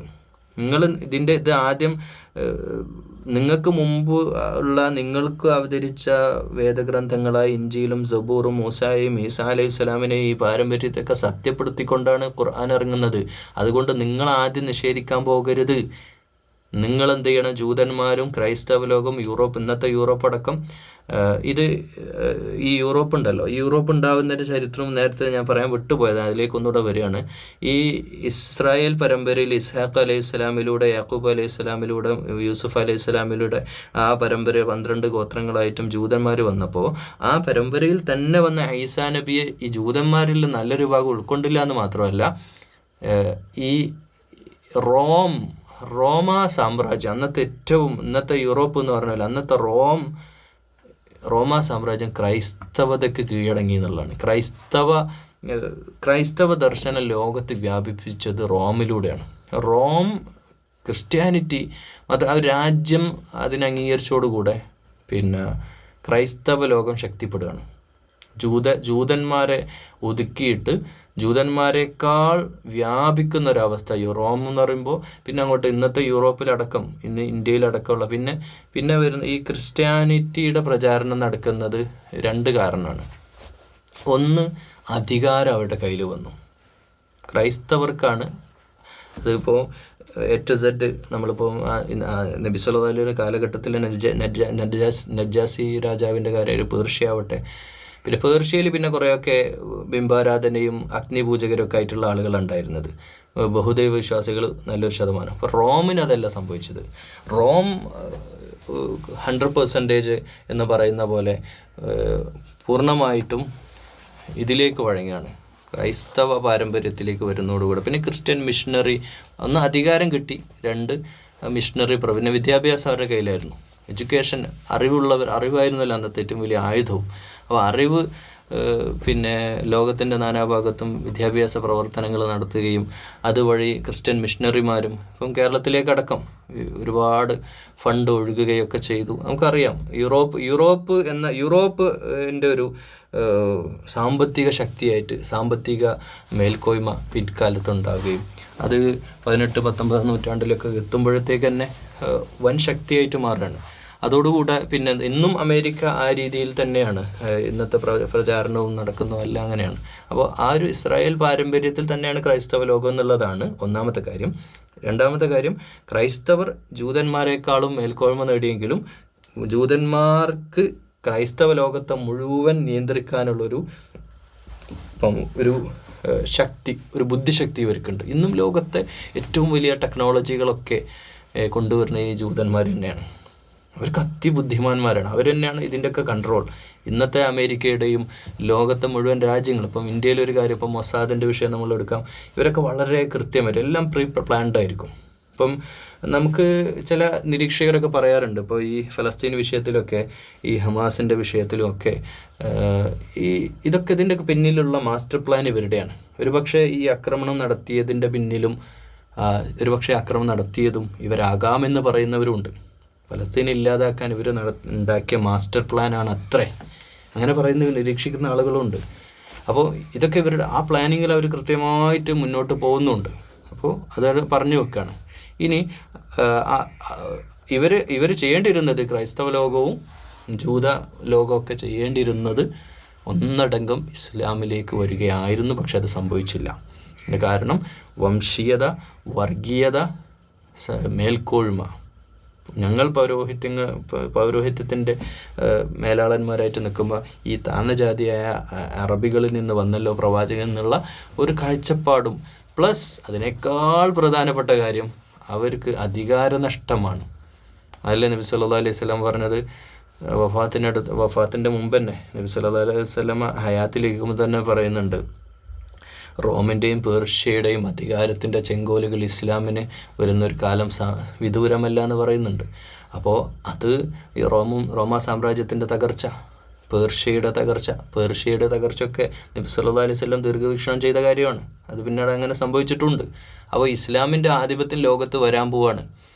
ഖാത്തമുൽ അംബിയ മുഹമ്മദ് മുസ്തഫ സല്ലല്ലാഹു അലൈഹി വസല്ലമ ഇസ്മായിലി പാരമ്പര്യത്തിലുള്ള ഒരു ഗോത്രത്തിൽ നിന്ന് മുഹമ്മദ് മുസ്തഫ സല്ലല്ലാഹു അലൈഹി വസല്ലമയിലൂടെ ഉണ്ടാകുമെന്ന് ഒരിക്കലും അവർ പ്രതീക്ഷിച്ചില്ല. അവരൊക്കെ സത്യത്തിൽ ജൂതന്മാരും ക്രിസ്ത്യാനികളൊക്കെ കാത്തിരിക്കുകയായിരുന്നു നബി സല്ലല്ലാഹു അലൈഹി വസല്ലമക്ക് വേണ്ടി. ഈസാ നബി പറഞ്ഞു വെച്ചാണ്, എനിക്ക് ശേഷം വരാനുള്ള പ്രവാചകനെ പറ്റി, മുഹമ്മദ് നബി സല്ലല്ലാഹു അലൈഹി വസല്ലമയെ പറ്റി പറഞ്ഞുകൊണ്ടിരിക്കുകയാണ്. ഇബ്രാഹിം അലൈഹി സ്വലാം പ്രാർത്ഥിച്ചതാണ് ഇവരെ സംസ്കരിക്കുകയും ചെയ്യുന്ന ഒരു വിഭാഗത്തെ, ഒരു നേതാവിനെ ഈ നാട്ടിൽ ഉണ്ടാക്കണമേ എന്ന്. കഅബ ഷരീഫിൻ്റെ പുനരുദ്ധാനം, കഅബ ഉണ്ടാക്കിയത് ഇബ്രാഹിം അലൈഹി സ്വലാം അല്ല, കഅബയുടെ ആ ഫൗണ്ടേഷനിൽ നിന്ന് കഅബയെ പുനർനിർമ്മിച്ച കൊണ്ട് അള്ളാഹു റബ്ബന തഖബ്ബൽ മിന്ന എന്ന് പറഞ്ഞ് പ്രാർത്ഥിക്കുന്ന പ്രാർത്ഥനയിൽ ഈ ജനതയെ സംസ്കരിക്കുന്ന ഈ ജനതയെന്ന് പറഞ്ഞാൽ അറബ് ലോകത്തെ മാത്രമല്ല, പിന്നീട് അങ്ങോട്ടുള്ള മുഴുവൻ ജനതയെയും സംസ്കരിക്കുന്ന ഒരു വിഭാഗത്തെ ഈ മണ്ണിൽ ഉണ്ടാക്കണമേ എന്ന് അള്ളാഹുവോട് പ്രാർത്ഥിക്കുന്നത് ആരാ? ഇബ്രാഹിം അലൈഹി സ്വലാമിൻ്റെ പ്രാർത്ഥനയുടെ ആ ഫലമാണ് മുഹമ്മദ് റസൂലുള്ളാഹി സ്വല്ലല്ലാഹു അലൈഹി വസല്ലം. അപ്പോൾ അത് അംഗീകരിക്കാൻ ജൂതന്മാർക്ക് സാധിച്ചില്ല എന്നുള്ളതാണ്. ജൂതന്മാർക്കും ക്രൈസ്തവ ലോകത്ത് അന്നൊന്നും സാധിച്ചില്ല എന്നാണ്. സാധിച്ചവരൊക്കെ ഇസ്ലാം സ്വീകരിക്കുകയും ചെയ്തിട്ടുണ്ട്. അപ്പോൾ വാമിനു ബിമാ അൻസൽതു മുസദ്ദിഖൻ ലിമാ മഅകും വലാ തകൂനു അവ്വല കാഫിരിൻ ബിഹി വലാ തശ്തറൂ ബി ആയാതി. ഇവിടെ ഞാൻ പറയാനുള്ള പോയിന്റ് അതാണ്, വലാ തശ്തറൂ ബി ആയാതി. എൻ്റെ ആയാത്തുകളെ, എൻ്റെ വേദങ്ങളെ, എൻ്റെ ദർശനങ്ങളെ നിങ്ങൾ സമനം കലീല, തുച്ഛമായ വിലക്ക് വിറ്റ് കളയരുത്. ഇയ്യായ ഫത്തഖൂൻ, എന്നെ മാത്രം സൂക്ഷിച്ച് എന്നിലേക്ക് മടങ്ങുക എന്ന് ജൂതന്മാരോടും ക്രൈസ്തവരോടും പറയാണ്. അപ്പം ഇവർ ചെയ്ത പണി ഇതാണ്. അള്ളാഹിൻ്റെ ആയത്തുകളെ, വേദങ്ങളൊക്കെ തുച്ഛ വിലക്ക് വിറ്റു, അവർക്ക് ഇഷ്ടമുള്ള പോലെ ആക്കി മാറ്റി. ഇന്നും അത് ചെയ്യുന്നവരുണ്ട്. ഖുർആനൊക്കെ ആ ഒരു വാക്ക്, ഖുർആൻ്റെ ഒരു ആയത്തോട് പറയുക, എന്നിട്ട് അതിൻ്റെ അർത്ഥം പറയുക, എന്നിട്ട് ആ അർത്ഥം എന്താണോ അവർക്ക് തോന്നുന്നത് അതിനോട് വ്യാഖ്യാനിച്ചിട്ട് അങ്ങനെ ഇടാക്കുക. ഇസ്ലാമിൻ്റെ ചരിത്രമായിട്ടോ അതിൻ്റെ അവതരണ പശ്ചാത്തലമൊന്നും ഉൾക്കൊള്ളാതെ തോന്നിയതുപോലെ ഖുർആനെ വ്യാഖ്യാനിക്കുന്നവരുണ്ട്. വ്യാഖ്യാനിക്കുന്നവരും അതിൻ്റെ അടിസ്ഥാനത്തിൽ മതം വിറ്റ് ജീവിക്കുന്നവരുമുണ്ട്. അപ്പോൾ അങ്ങനത്തെ ഒരു ലോകം അന്നത്തെ കാലത്ത് ഇസ്രായേൽ ചെയ്ത പണിയാണത്. ഇസ്രായേൽ ചെയ്ത പണി എന്താ? വേദങ്ങളെ പുരോഹിതന്മാരായ വിഭാഗം അവർക്കിഷ്ടപ്പെട്ട അവസ്ഥയിലേക്ക് ദീനിനെ മാറ്റി ആരാധനാനുഷ്ഠാനങ്ങളിലും ചില ആചാരങ്ങളിലും മാത്രമാക്കി ഇതിനെ ബന്ധിപ്പിച്ച് നിർത്തുകയും മനുഷ്യൻ്റെ നിത്യജീവിതവുമായിട്ട് ഇതിന് യാതൊരു ബന്ധവുമില്ലാത്ത രീതിയിലേക്ക് ഇതിനെ അടർത്തിക്കളയുകയും ചെയ്തു എന്നുള്ളതാണ് അവർ ചെയ്ത പണി. ഇനി അടുത്തത് അതിനേക്കാൾ രസകരമാണ്. ഇതൊക്കെ പറയുമ്പോൾ ഇന്നത്തെ കാലത്തും നമ്മുടെ സമുദായ നേതൃത്വവും സമുദായത്തിലെ എല്ലാവരെയും ആക്ഷേപിക്കല്ലോ കേട്ടോ. ചില പണ്ഡിതന്മാരൊക്കെ മതം വിറ്റ് ജീവിക്കുന്ന പൗരോഹിത്യത്തിനെതിരെ നമുക്കത് കേരളത്തിൽ മാത്രമല്ല ലോകത്തെമ്പാടും ഇത് നടന്നുകൊണ്ടിരിക്കുന്നുണ്ട്. വലാ തൽബിസുൽ ഹഖ്ഖ ബിൽ ബാതിലി വതക്തുമുൽ ഹഖ്ഖ വഅൻതും തഅലമൂൻ. വലാ തൽബിസുൽ ഹഖ്ഖ, ഹഖ്ഖിനെ ബാത്തിലുമായിട്ട് എന്ത് ചെയ്യരുത്? നിങ്ങൾ ഇടകലർത്തരുത്. ഹക്കും ബാത്തിലും അള്ളാഹ് തിരിച്ചു വന്നിട്ടുണ്ട്. സത്യവും അസത്യവും കൂട്ടിക്കലർത്തി ആശയക്കുഴപ്പമുണ്ടാക്കരുത്. നിങ്ങൾ അറിഞ്ഞുകൊണ്ട് സത്യം മറച്ചു വെക്കുകയും ചെയ്യരുത്. അപ്പോൾ സത്യത്തെ, അതാണല്ലോ ഇവർ ചെയ്തത്. ത്രിയേകത്വം, ക്രിസ്ത്യാനിറ്റി, അവിടെ ക്രിസ്ത്യൻ വിഭാഗത്തിൽ നല്ലൊരു ശതമാനവും ഏകത വിശ്വാസികളാണെന്നുള്ള കാര്യം നമ്മൾ വിസ്മരിക്കരുത്. അതോടൊപ്പം പറയാം, ക്രൈസ്തവ ലോകത്ത് നല്ലൊരു ശതമാനവും ഏകദൈവ വിശ്വാസം ഉൾക്കൊണ്ട് തന്നെ ത്രിയേകത്വം, പിന്നെ ഒരു പിതാവ്, പുത്രൻ, പരിശുദ്ധാത്മാവ് എന്ന് പറഞ്ഞിട്ട് അതാണ് ഇവിടെ പറഞ്ഞത്. ഈ ഹക്കായ സത്യത്തെ, ഈ പ്രപഞ്ചനാഥൻ ഏകദൈവ വിശ്വാസം എന്ന് പറയുന്ന, ജൂതന്മാർ ഇക്കാര്യത്തിൽ ടീക്കാണ്. ജൂതന്മാർ ഏകദൈവ വിശ്വാസികളാണെന്നൊക്കെ പറഞ്ഞാലും അള്ളുണ്ട്, അള്ള അടന്നോട്ടെ, അള്ള ആകാശത്തിൻ്റെ മേലെ അടന്നോട്ടെ, ഞങ്ങളെ കാര്യം ഞങ്ങളെ ഇഷ്ടത്തിനനുസരിച്ച് ഞങ്ങളെ ഇവിടുത്തെ നാട്ടാചാരങ്ങളും ഇഷ്ടത്തിനനുസരിച്ച് ഞങ്ങൾ ജീവിച്ചോളാം എന്ന് പറയുന്ന, അത് ജൂതന്മാരിപ്പോൾ ഈ അറുകൊലൊക്കെ ചെയ്യുന്നില്ല, ഫലസ്തീനികളെ കൊല്ലുന്ന വിഷയങ്ങളൊക്കെ ഉണ്ടല്ലോ, ആ വംശഹത്യയൊക്കെ ചെയ്യുമ്പോൾ അവരുടെ ഉള്ളിലുള്ളതാണ് ഞങ്ങളൊക്കെ സ്വർഗാവകാശികൾ, ഞങ്ങളൊക്കെ വേദന്മാർ. അവരൊക്കെ അതിന് പ്രതിക്രിയമായിട്ട് കുർബാന ചെയ്യുന്ന പോലെ അവിടെയൊക്കെ പോയിട്ട് അവർക്ക് നിസ്കാരമുണ്ട്, അവരുടേതായ ഇതിൽ നിസ്കരിക്കുന്നുണ്ട്, അവർ അങ്ങനെ അതൊക്കെ അള്ള പുറത്തു തരും. ഇപ്പം മുസ്ലിങ്ങളിലും ചില പണ്ഡിതന്മാരുടെയൊക്കെ പ്രഭാഷണത്തിൽ അങ്ങനെ കേൾക്കാറുണ്ട്, നമ്മൾ എന്ത് തെറ്റ് ചെയ്താലും അള്ള പുറത്തു തരും, ഒക്കെ ഇസ്തിഗ്ഫാർ ചെയ്താൽ മതി എന്നൊരു കാഴ്ചപ്പാട്. അതൊരു ജൂത കാഴ്ചപ്പാടാണ്. അള്ള അങ്ങനെ പുറത്തു തരാൻ വേണ്ടി കാത്തിരിക്കല്ലോ കേട്ടോ. അതായത് അതിൻ്റെ അള്ള പൊറുക്കൂല എന്നല്ല പറയുന്നത്, വൻപാപങ്ങൾ ഒഴികെ അള്ള പുറത്തു വരും എന്ന് തന്നെയാണ്. പക്ഷെ അതിനൊക്കെ ചില നിബന്ധനകളുണ്ട്. ഒരു മനുഷ്യൻ ഇങ്ങനെ തെറ്റ് ചെയ്യല്ല, അള്ളൊക്കെ പുറത്തു വന്നോളൂ, അങ്ങനെയാണ് ഇങ്ങനെയാണ്, ഞാൻ കുറച്ചത് നിസ്കരിച്ചാൽ മതി, അതൊക്കെ ഒരു അബദ്ധ ധാരണയാണ്. ഞാൻ കുറച്ചട് എന്തെങ്കിലുമൊക്കെ സദഖാട് ചെയ്താൽ ബാക്കിയുള്ളൊക്കെ അള്ള അങ്ങോട്ട് പുറത്തു വരും, അങ്ങനെ ഒന്നും. ഫമൻ യാമൻ മിസ്കാല തരത്തിന് ഹൈറയ്യറ ഒമൻ യാമൻ മിസ്കാല തരത്തിന് ഷെറയ്യറ അളവ് നമ്മൾ ചെയ്ത എല്ലാം അവിടെ പരലോകത്ത് കൊണ്ടുവന്നിട്ട് തന്നെ വിചാരണ നടക്കാൻ പോണത്. ഓരോ കാര്യത്തിനുള്ളത് കിട്ടുക തന്നെ ചെയ്യും. അപ്പോൾ നമ്മളിങ്ങനെ നമ്മൾ പ്രതീക്ഷിക്കാം അള്ള പുറത്തു വരും, നല്ല ഗഫാറാണ് എന്നൊക്കെ നമുക്ക് വിചാരിക്കാം, അസ്തഗ്ഫിറുല്ലാഹ് പറയാം അതിനനുസരിച്ച്. പക്ഷേ അത് അള്ളാഹുവിങ്കിൽ ഉള്ള വിഷയമാണ്. ഓക്കെ, പക്ഷേ ജൂതന്മാരെ സംബന്ധിച്ച് ഞങ്ങൾ എന്ത് തെറ്റ് ചെയ്താലും, ആരെ കൊന്നാലും, എത്ര പെണ്ണ് പിടിച്ചാലും എത്ര വെള്ളം പിടിച്ചാലും ഞങ്ങൾ സ്വർഗാവകാശികളാണ് എന്നുള്ളൊരു ധാരണ. എന്നിട്ട് അവർ ഇഞ്ചീലിനെ, ഈസാ അലൈഹി സ്വലാമിൻ്റെ ഇഞ്ചീലിനെ, മൂസ അലൈഹി സ്വലാമിൻ്റെ തൗറാത്തിനെ അവർ ആദ്യം തന്നെ മാറ്റി. അവർക്ക് തോന്നിയതുപോലെ അവരുടേതായ ഇഷ്ടാനിഷ്ടങ്ങളൊക്കെ കൂട്ടിക്കലർത്തി വേദത്തെ അവർ ഒരു പരുവാക്കി മാറ്റി. അതുകൊണ്ടാണല്ലോ പിന്നെ ഖുർആൻ ഇറങ്ങേണ്ടി വരുന്നതും അങ്ങനെയാണല്ലോ. അപ്പോൾ ഇവരിൽ യാതൊരു പ്രതീക്ഷ അള്ളാഹ്ക്കില്ല, ജൂതന്മാരിലും ക്രിസ്ത്യാനികളിലും. അതുകൊണ്ടാണ് ഇസ്രായേൽ പാരമ്പര്യത്തിൽ ഒരു ഹിബ്രു ഭാഷയിലെ പ്രവാചകനായിട്ട് അന്ത്യപ്രവാചകനെ അയക്കാമായിരുന്നു. പക്ഷേ ഭാഷാപരമായ വൈവിധ്യം, ഹിബ്രു ഭാഷക്കപ്പുറം വിശുദ്ധ ഖുർആൻ്റെ ഭാഷ, അറബ് ഭാഷയ്ക്ക് കുറേ പ്രത്യേകതകളുണ്ട്. അതിൽപ്പെട്ട ഒരു കാര്യം തന്നെയാണ് ഈ തിലാവത്തും. ഇങ്ങനെ ഇന്ന് വിശദീകരിച്ച് പാരായണം ചെയ്യാനും ഈ ലോകാവസാനം വരെ നിലനിൽക്കേണ്ട വിശുദ്ധ വേദഗ്രന്ഥം ഈ ജൂതന്മാരുടെ പാരമ്പര്യത്തിൽ ഇനി അവതരിപ്പിച്ച് കഴിഞ്ഞാൽ അത് നടക്കുന്ന കാര്യമല്ല. അവർ ഇപ്പോൾ അറബികൾ എന്തൊക്കെ പറഞ്ഞാൽ അവർ വലിയ ത്യാഗമുള്ളവരായിരുന്നു. ത്യാഗം ചെയ്യാൻ അവർക്ക് വലിയ ത്യാഗശാലികളായ അറബ് ലോകം. മാത്രമല്ല വാക്കിന് വിലയുള്ളവരായിരുന്നു അറബ് ലോകം എന്ന് പറഞ്ഞാൽ. അത് ഇസ്ലാമിക ചരിത്രം നമ്മൾ പഠിക്കുമ്പോൾ അങ്ങനെയാണ്. അവർ സംഭവം വിവരമില്ലാത്തവരൊക്കെ ആണെങ്കിലും പക്ഷെ വിവരം അവർ നേടിയെടുത്തു. അവരിപ്പം എന്താണ്, ഇപ്പോൾ ലോകത്തിൻ്റെ നിയന്ത്രണാധികാരം ഏറ്റെടുക്കുന്നതിലേക്കാണ് 21ാം നൂറ്റാണ്ട് മാറുന്നത്. അറബ് ലോകത്തിനാണ് യൂറോപ്പിനല്ല പ്രതീക്ഷ, അറബ് ലോകമാണിന്ന് ലോക നിയന്ത്രണത്തിലെ വ്യാപാരം മാത്രമല്ല ലോകത്തിൻ്റെ നിയന്ത്രണത്തിലേക്ക് വരുന്നത്. സാമ്പത്തികമായ ഒരു പവർ വന്നു എന്ന് മാത്രമല്ല, അത് വലിയൊരു വിഷയമാണ്, അതിലേക്ക് നമുക്ക് വരാം. പക്ഷേ ആ ഒരു അർത്ഥത്തിലേക്ക് അറബ് ലോകത്തെ മാറ്റി പരിവർത്തിച്ചത് മുഹമ്മദ് മുസ്തഫ സല്ലല്ലാഹു അലൈഹി വസല്ലമയിലൂടെയാണ്, വിശുദ്ധ ഖുർആനിലൂടെയാണ്. അപ്പോൾ അതിൻ്റെ ഒരു അസൂയ ഈ ജൂതന്മാർക്ക് അന്നും ഇന്നും ഉണ്ട്, അത് അവർ തുടർന്നുകൊണ്ടിരിക്കുന്നുണ്ട്. വല തൽബിസുൽ ഹഖ ബിൽ ബാത്തിലി വതക്തുമുൽ ഹഖ വഅൻതും തഅലം.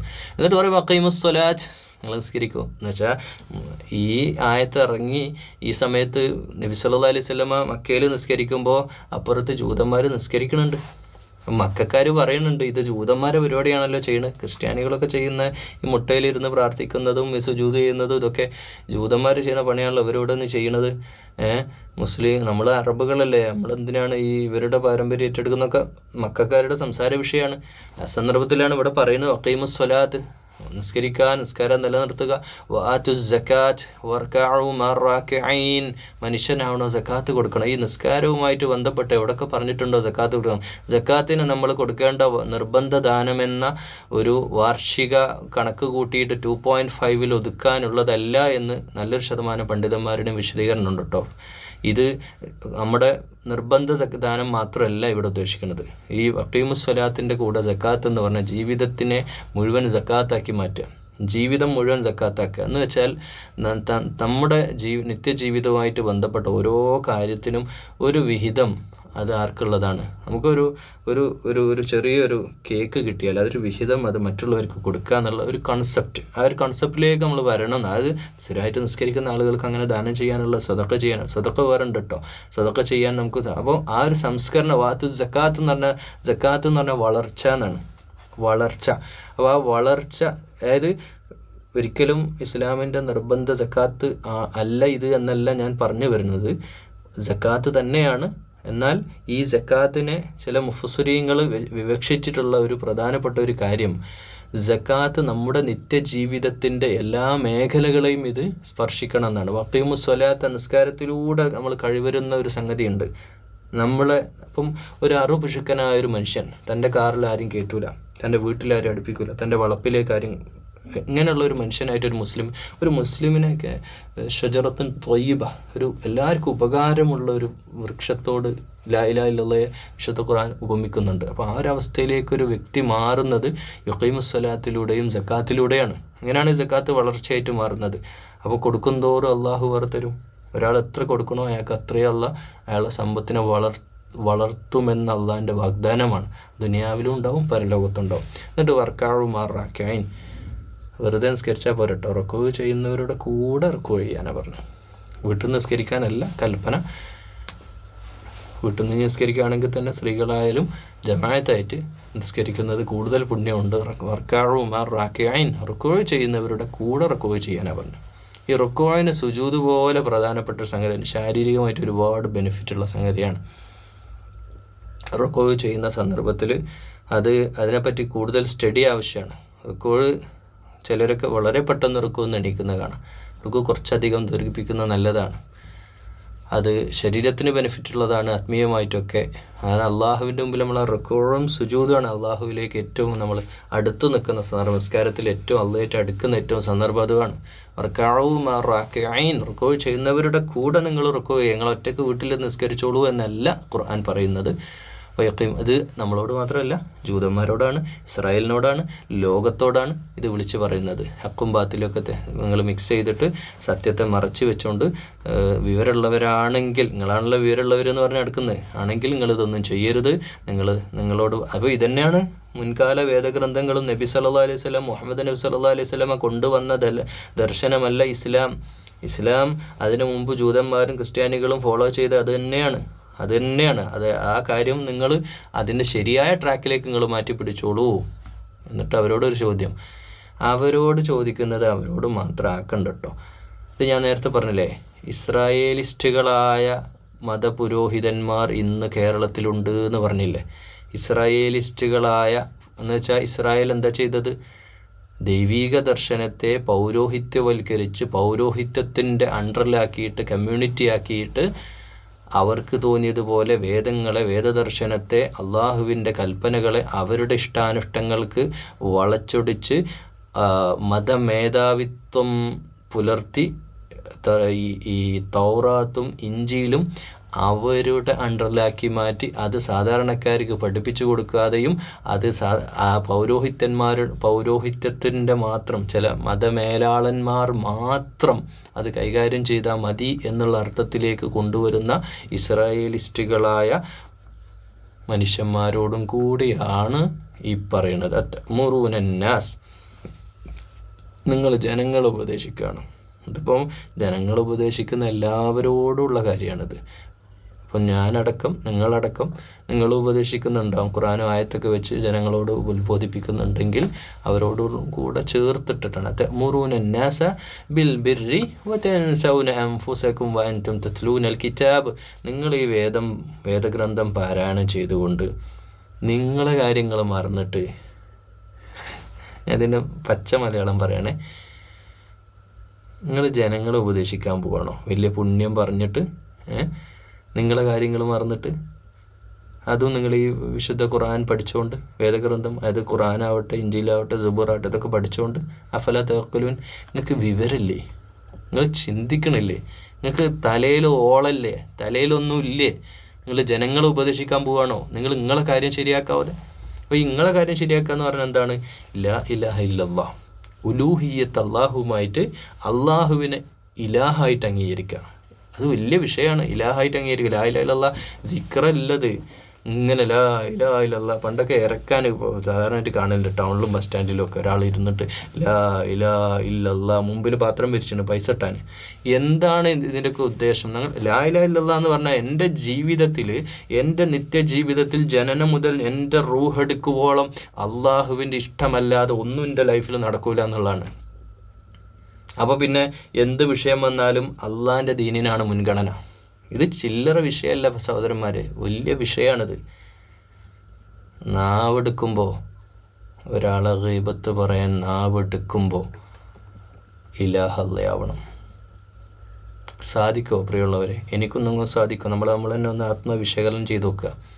ഉലൂഹിയത്ത് എന്ന ഒരു വിഷയം കണ്ണെടുത്തിട്ട് ഈ എവിടെങ്കിലും സ്ക്രീനിലോ ഫോണിലോ എവിടെങ്കിലും സ്ക്രീനിൽ അശ്ലീലമായിട്ടുള്ളൊരു കാഴ്ച കണ്ണിലേക്ക് വരുമ്പോൾ ഇലാഹ് എൻ്റെ ശരീരത്തിൻ്റെ തോന്നലാണോ അള്ളാഹുവാണോ?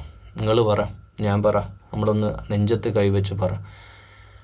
ഇത്തരത്തിലുള്ളൊരു വീഡിയോ അല്ലെങ്കിൽ ഒരു ഫോട്ടോ, കാണാൻ പാടില്ലാത്തൊരു സംഗതി, അതിലേക്ക് നമ്മുടെ കൽബ്, നമ്മുടെ മനസ്സ് ഇങ്ങനെ പിടിച്ചു കൊണ്ടുപോയി കാണ് എന്ന് പറഞ്ഞ് നമ്മളെ നിർബന്ധിക്കുമ്പോൾ ഒരു ആത്മീയമായ ഒരു പ്രഹരം, ആത്മീയമായിട്ടുള്ള ഒരു ഉൾബോധോദയം നമുക്കുണ്ടായി.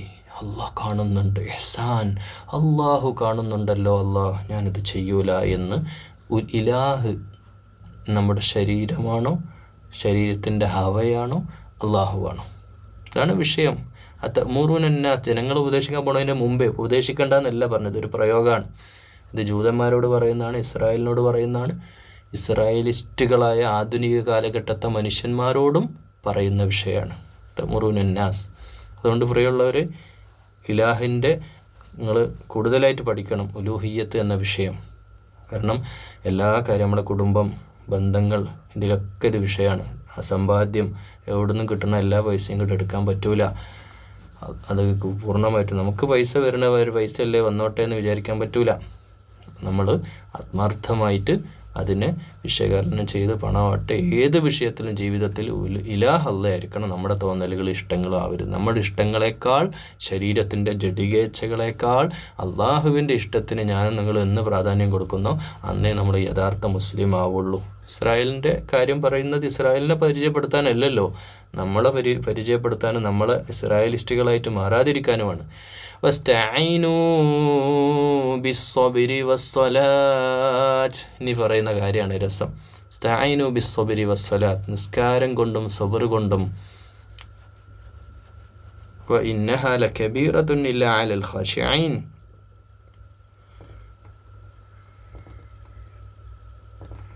നിങ്ങൾ സബർ ചെയ്യുക. സബർ എന്ന് പറഞ്ഞാൽ വലിയൊരു വിഷയമാണ്. നമുക്കില്ലാത്തൊരു സാധനം തന്നെ പറയാം. സാരല്ല, ക്ഷമിക്കുക. ബുദ്ധിമുട്ടുകൾ, വെല്ലുവിളികൾ, പരീക്ഷണങ്ങൾ, പിന്നെയും പിന്നെയും പിന്നെയും ജീവിതത്തിൽ അടിക്കടി വരുന്ന പ്രയാസങ്ങൾക്കൊക്കെ സബറോടുകൂടെ കാര്യങ്ങളെ നമ്മൾ കൈകാര്യം ചെയ്യുക. സബറോടുകൂടെ ക്ഷമിക്കുക. ഇന്നല്ലാഹ മഅ സ്വാബിരീൻ, അള്ളാഹു ഉണ്ട്, അള്ളാഹു എല്ലാം കാക്കും, ഒക്കെ ശരിയാവും. സബർ പറയുമ്പോൾ ഈ ഫലസ്തീൻ ജനതയെ നമ്മൾ എഴുന്നേറ്റിരുന്ന് സല്യൂട്ട് അടിച്ചു പോവും. നിങ്ങൾ ആലോചിച്ച് നോക്കുക, അവരെന്തുമാത്രം ബുദ്ധിമുട്ടിലൂടെയാണ് ഇപ്പോഴൊക്കെ കടന്നു പോകുന്നത്. ആ ജനത ആകാശത്തുനിന്ന് ബോംബ് വർഷിക്കുന്നു, കരയിലൂടെ ആക്രമണം, ഉള്ളിൽ നിന്നുള്ള ആക്രമണം. ഇപ്പോൾ പുതിയ ഇത് പറഞ്ഞത് ചാരിറ്റി പ്രവർത്തകരായിട്ട് ഉള്ളിൽ കടന്നുകൂടിയിട്ട് അതിൻ്റെ പേരിലും എങ്ങനെ എന്തെല്ലാമൊക്കെ അവരെ പ്രയാസപ്പെടുത്താൻ പറ്റും അതൊക്കെ ചെയ്തിട്ട് ആ ജനത അള്ളാഹുവിൽ അടിയുറച്ച് വിശ്വസിച്ച് അതിനെ നേരിടുകയാണല്ലോ. ആലോചിച്ച് നോക്കുക.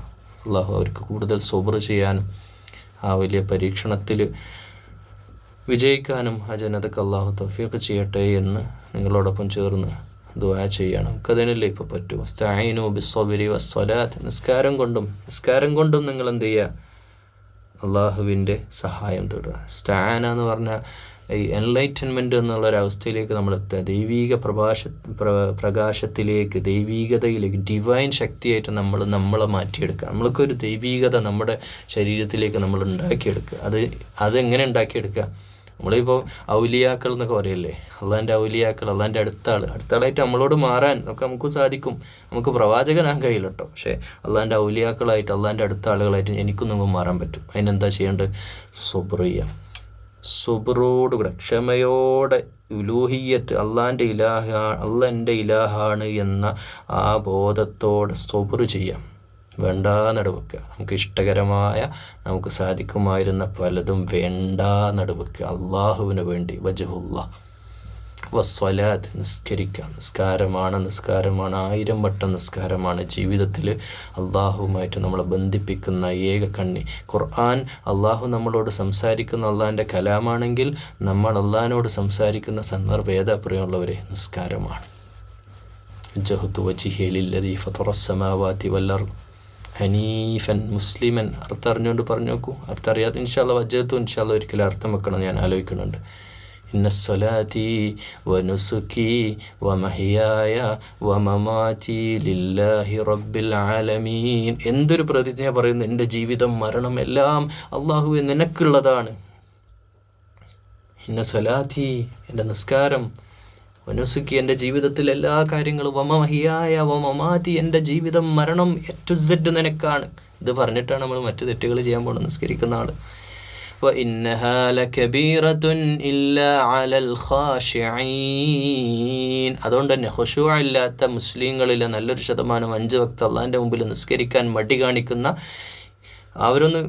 ഇതിൻ്റെ പ്രശ്നം എന്ന് പറഞ്ഞാൽ ഇതൊന്നും അങ്ങനെയുള്ള ആളുകൾ കേൾക്കില്ല എന്നുള്ളതാണ്. നിങ്ങളിപ്പോൾ ഈ കേൾക്കണം, നിങ്ങളൊക്കെ അള്ളാഹിൻ്റെ കലാമനുസരിച്ച് ജീവിക്കുന്നവരായിരിക്കും, നിസ്കരിക്കുന്നവരുമായിരിക്കും, 5 വക്ത് അള്ളാഹിൻ്റെ മുമ്പിൽ നിസ്കരിക്കുന്നവരായിരിക്കും. അതാണ് ഇതിൻ്റെ വിഷയം. ഇത് പഠിക്കാം.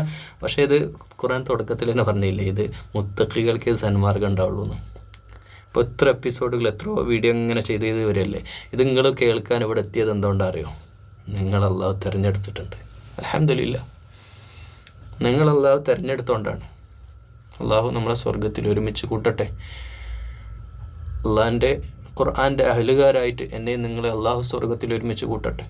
ഇന്നഹാ ലകബീറത്തുൻ ഇല്ലാ അലൽ ഖാശിഈൻ. ഇത് എന്തുകൊണ്ടാണ് അവർക്കൊക്കെ നിസ്കരിക്കാൻ കഴിയാത്തത്? നമ്മളെ കുടുംബത്തിൽ തന്നെ രക്തബന്ധുക്കളും പിന്നെ കൂടപ്പിറപ്പുകളും ഒക്കെ അടുത്തുള്ളവരൊക്കെ നമ്മുടെ അടുത്ത സുഹൃത്തുക്കൾക്ക് നിസ്കരിക്കാൻ എടുക്കണില്ലേ? എന്തുകൊണ്ട് അവർക്ക് പറ്റാത്ത അറിയോ? അവർക്ക് ഖുശൂഅ ഇല്ല, തഖ്വയില്ല. തഖ്വയും ഖുശൂഉം അള്ളാഹു അത് ഒരാളുടെ ഇൻബോണായിട്ട് വരണ്ട, അല്ലെങ്കിൽ ജീവിതത്തിലൂടെ അയാൾ നേടിയെടുക്കേണ്ട സംഗതിയാണ്. ചിലപ്പോൾ ചില ടേണിംഗ് പോയിന്റിൽ പിന്നീട് അയാൾ മാറുമായിരിക്കും കേട്ടോ. 10-40 വയസ്സ് കഴിഞ്ഞിട്ട് ചില ആൾ 45-ാമത്തെ വയസ്സിലൊരു ആക്സിഡൻറ്റ് അയാളുടെ ജീവിതം മാറ്റിമറിക്കുകയാണ്. പിന്നെ അയാൾ വിശ്വാസമായിട്ട് മാറുകയാണ്. വേറൊരാൾ, അയാൾ സാമ്പത്തികമായിട്ട് ഒരുപാട് ആസ്തി ഉണ്ടായി, ഒരുപാട് രാജ്യങ്ങളിലൊക്കെ ബിസിനസ് ഉണ്ടായ ആൾ പെട്ടെന്നുള്ള ഒരു ഒറ്റ അടിയങ്ങ് കൊടുത്തു, തകർന്ന് വീണു, അയാൾ എല്ലാം പൊളിഞ്ഞു, അധികാരത്തിൻ്റെ ചെങ്കോല് നഷ്ടമായി. അപ്പോൾ അയാൾ കണ്ണ് തുറന്നു. പിന്നെ അയാൾ നല്ല വിശ്വാസിയായി മാറി. പിന്നെ അദ്ദേഹം ഒരു തരത്തിലുള്ള ഹറാമിലും പോലെ അതിസൂക്ഷ്മമായിട്ട് ജീവിക്കുന്ന മനുഷ്യന്മാർ. ഇങ്ങനെയുള്ള ടേണിംഗ് പോയിൻ്റ് എല്ലാ മനുഷ്യന്മാർക്കും, മിക്ക മനുഷ്യന്മാർക്കും ജീവിതത്തിൽ വരാറുണ്ട്. പക്ഷേ അതൊന്നും ഇല്ലാതെ ജീവിതത്തിൽ നല്ല നാട്ടിൽ ജനിക്കാനും, നല്ല മദ്രസയിൽ പഠിക്കാനും, നല്ല ഉസ്താദുമാരുടെ കീഴിൽ പഠിക്കാനും, നല്ല രീതിയിൽ ദീനിനെ മനസ്സിലാക്കാനും പറ്റിയിട്ട് ശിർക്കും ബിദ്അത്തും ഇല്ലാതെ നല്ല രീതിയിൽ നല്ല അള്ളാഹുവിൻ്റെ അമ്പിയ മുർസലുകളെ പാരമ്പര്യത്തിൽ 5 വക്ത് നിസ്കരിച്ച് ജീവിക്കാൻ എനിക്കും നിങ്ങൾക്ക് അള്ളാഹു തൗഫീഖ് ചെയ്തിട്ടുണ്ടെങ്കിൽ മാഷാ അല്ലാഹ് ഒന്ന് പറഞ്ഞേ അൽഹംദുലില്ലാ. അത് അള്ളാഹ് തന്ന നിഅമത്താണ്. എന്നിട്ട് പറയാ അല്ലദീന യظുന്നൂന അന്നഹും മുലാഖു റബ്ബിഹിം വ അന്നഹും ഇലൈഹി റാജിഊൻ. അള്ളാഹിൻ്റെ അടുക്കലേക്ക് അള്ളാഹിനെ നാളെ കണ്ടുമുട്ടണമെന്ന ഈ ഖുശൂ എന്നുള്ള വാക്കിനെ അങ്ങോട്ട് കണക്ട് ചെയ്യുന്നുണ്ട്. ഇത് അള്ളാഹിനെ കണ്ടുമുട്ടുമെന്നും എൻ്റെ റബ്ബിൻ്റെ അടുത്ത് ഞാൻ നാളെ പോയി നിൽക്കേണ്ടി വരുമെന്ന ബോധം, ആ ബോധമുള്ള ആൾ അള്ളാഹിൻ്റെ അടുക്കലേക്കാണ് ഞാൻ ഈ മടക്കം. 10-30 കൊല്ലത്തിൻ്റെ ഉള്ളിൽ എൻ്റെ ആയുസ് തീർന്ന്, ഞാൻ എൻ്റെ മുമ്പും മരിക്കാം, എൻ്റെ ആയുസ് തീർന്ന് ഞാൻ നാളെ പള്ളിക്കാട്ടിൽ അടക്കം ചെയ്യുമെന്നും നാളെ അള്ളാഹിൻ്റെ മുമ്പിൽ പോയിട്ട് എണീറ്റ് നിൽക്കേണ്ടി വരും, എന്നെ വിചാരണ ചെയ്യുമെന്ന ബോധമുള്ള മനുഷ്യന് ഒരിക്കലും നമസ്കാരം ഒരു പ്രയാസമാവില്ല എന്ന് സബറോടുകൂടെ വേണം നിസ്കരിക്കുക എന്ന് പറഞ്ഞാൽ തന്നെ സബറാണ്. നിസ്കരിക്കുക എന്ന് പറഞ്ഞാൽ തന്നെ സബറാണ്. സബറുള്ളവർക്ക് മാത്രമേ അത് നടക്കുള്ളൂ. ഇത്രയും സബർ വേണ്ട കാര്യം നിസ്കാരം. ഇങ്ങനെ നിൽക്കല്ലേ നമ്മൾ എവിടെയെങ്കിലും പോയി നിൽക്കുമോ? ഇത്രയും നേരം ഇങ്ങനെ നിൽക്കുമോ? ഒരാവശ്യമില്ലാതെ ഇങ്ങനെ നിൽക്കുകയാണ് ഒബീഡിയൻ്റായിട്ട്. വളരെയധികം അള്ളാഹുവിൻ്റെ ഇഷ്ടദാസനായി, അല്ലെ അള്ളാഹുവിൻ്റെ മുമ്പിൽ വളരെയധികം ഹനീഫൻ മുസ്ലിമനായിട്ട് അങ്ങനെ നിൽക്കുകയാണ് അള്ളാഹിൻ്റെ മുമ്പിൽ. എന്നിട്ട് വീണ്ടും പറയാ യാ ബനി, എന്തൊരു സ്നേഹത്തിലാണ് അള്ളാഹു ഇവരോട് സംസാരിക്കുക. യാ ബനി ഇസ്രാഈല ഉദ്കുറൂ. വീണ്ടും ആയത്തിനെ റിപ്പീറ്റ് ചെയ്യുക. ഉദ്കുറൂ നിഅമതിയല്ലതി അൻഅംതു അലൈക്കും വ അന്നി ഫദ്ദൽതുകും അലൽ ആലമീൻ. ആലമീൻ, ലോകരിൽ വെച്ച് ഏറ്റവും ഔന്നത്യം നിങ്ങൾക്ക് നൽകിയില്ലേ? ഇന്നും ലോകത്തിൻ്റെ സർവാധിപത്യം ആരുടെ കയ്യിലയച്ചാൽ അമേരിക്കയുടെ കയ്യിലല്ല. അമേരിക്കയുടെ പിന്നിൽ ഇസ്രായേലാണ്. ഇസ്രായേലിൻ്റെ കയ്യിലാണ് ഇന്നും ലോകമുള്ളത്. 21-ാം നൂറ്റാണ്ടിൽ സത്യം തന്നെയാണ്. അല്ലെങ്കിൽ ഇപ്പോൾ UN അടക്കം പാസ്സാക്കുന്ന കാര്യങ്ങൾ വരെ അവരുടെ നിർദ്ദേശങ്ങൾക്ക് വരെ വഴിപ്പെടാതെ ലോകത്ത്, ഇനിയിപ്പോൾ അമേരിക്ക പറഞ്ഞാലും കേൾക്കൂല, അമേരിക്കയിൽ അതിൻ്റെ അപ്പുറം പറഞ്ഞാലും ഇസ്രായേലായിട്ട് നിൽക്കും. അത്രക്കും ഔന്നിത്യം, സാമ്പത്തിക ശക്തിയായിട്ടും എല്ലാ അർത്ഥത്തിലും ബുദ്ധിയും വിവേകവും എല്ലാം നൽകി അനുഗ്രഹിച്ച പ്രവാചക പാരമ്പര്യവും എല്ലാ കുലമഹിമയും എല്ലാം നൽകിയിട്ട് അനുഗ്രഹിച്ചവരായിരുന്നു നിങ്ങൾ. അത് നിങ്ങൾ ഓർക്കുക. എന്നിട്ട് അള്ളാഹുവിന് നന്ദി കാണിക്കാനാണ് പറയുന്നത്.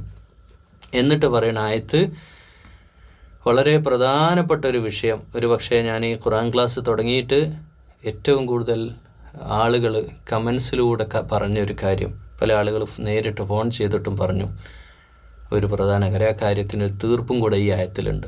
വത്തഖൂ, നിങ്ങൾ പേടിക്കുക, യൗമൻ, ഒരു ദിവസത്തെ. ഏത് ദിവസത്തെ?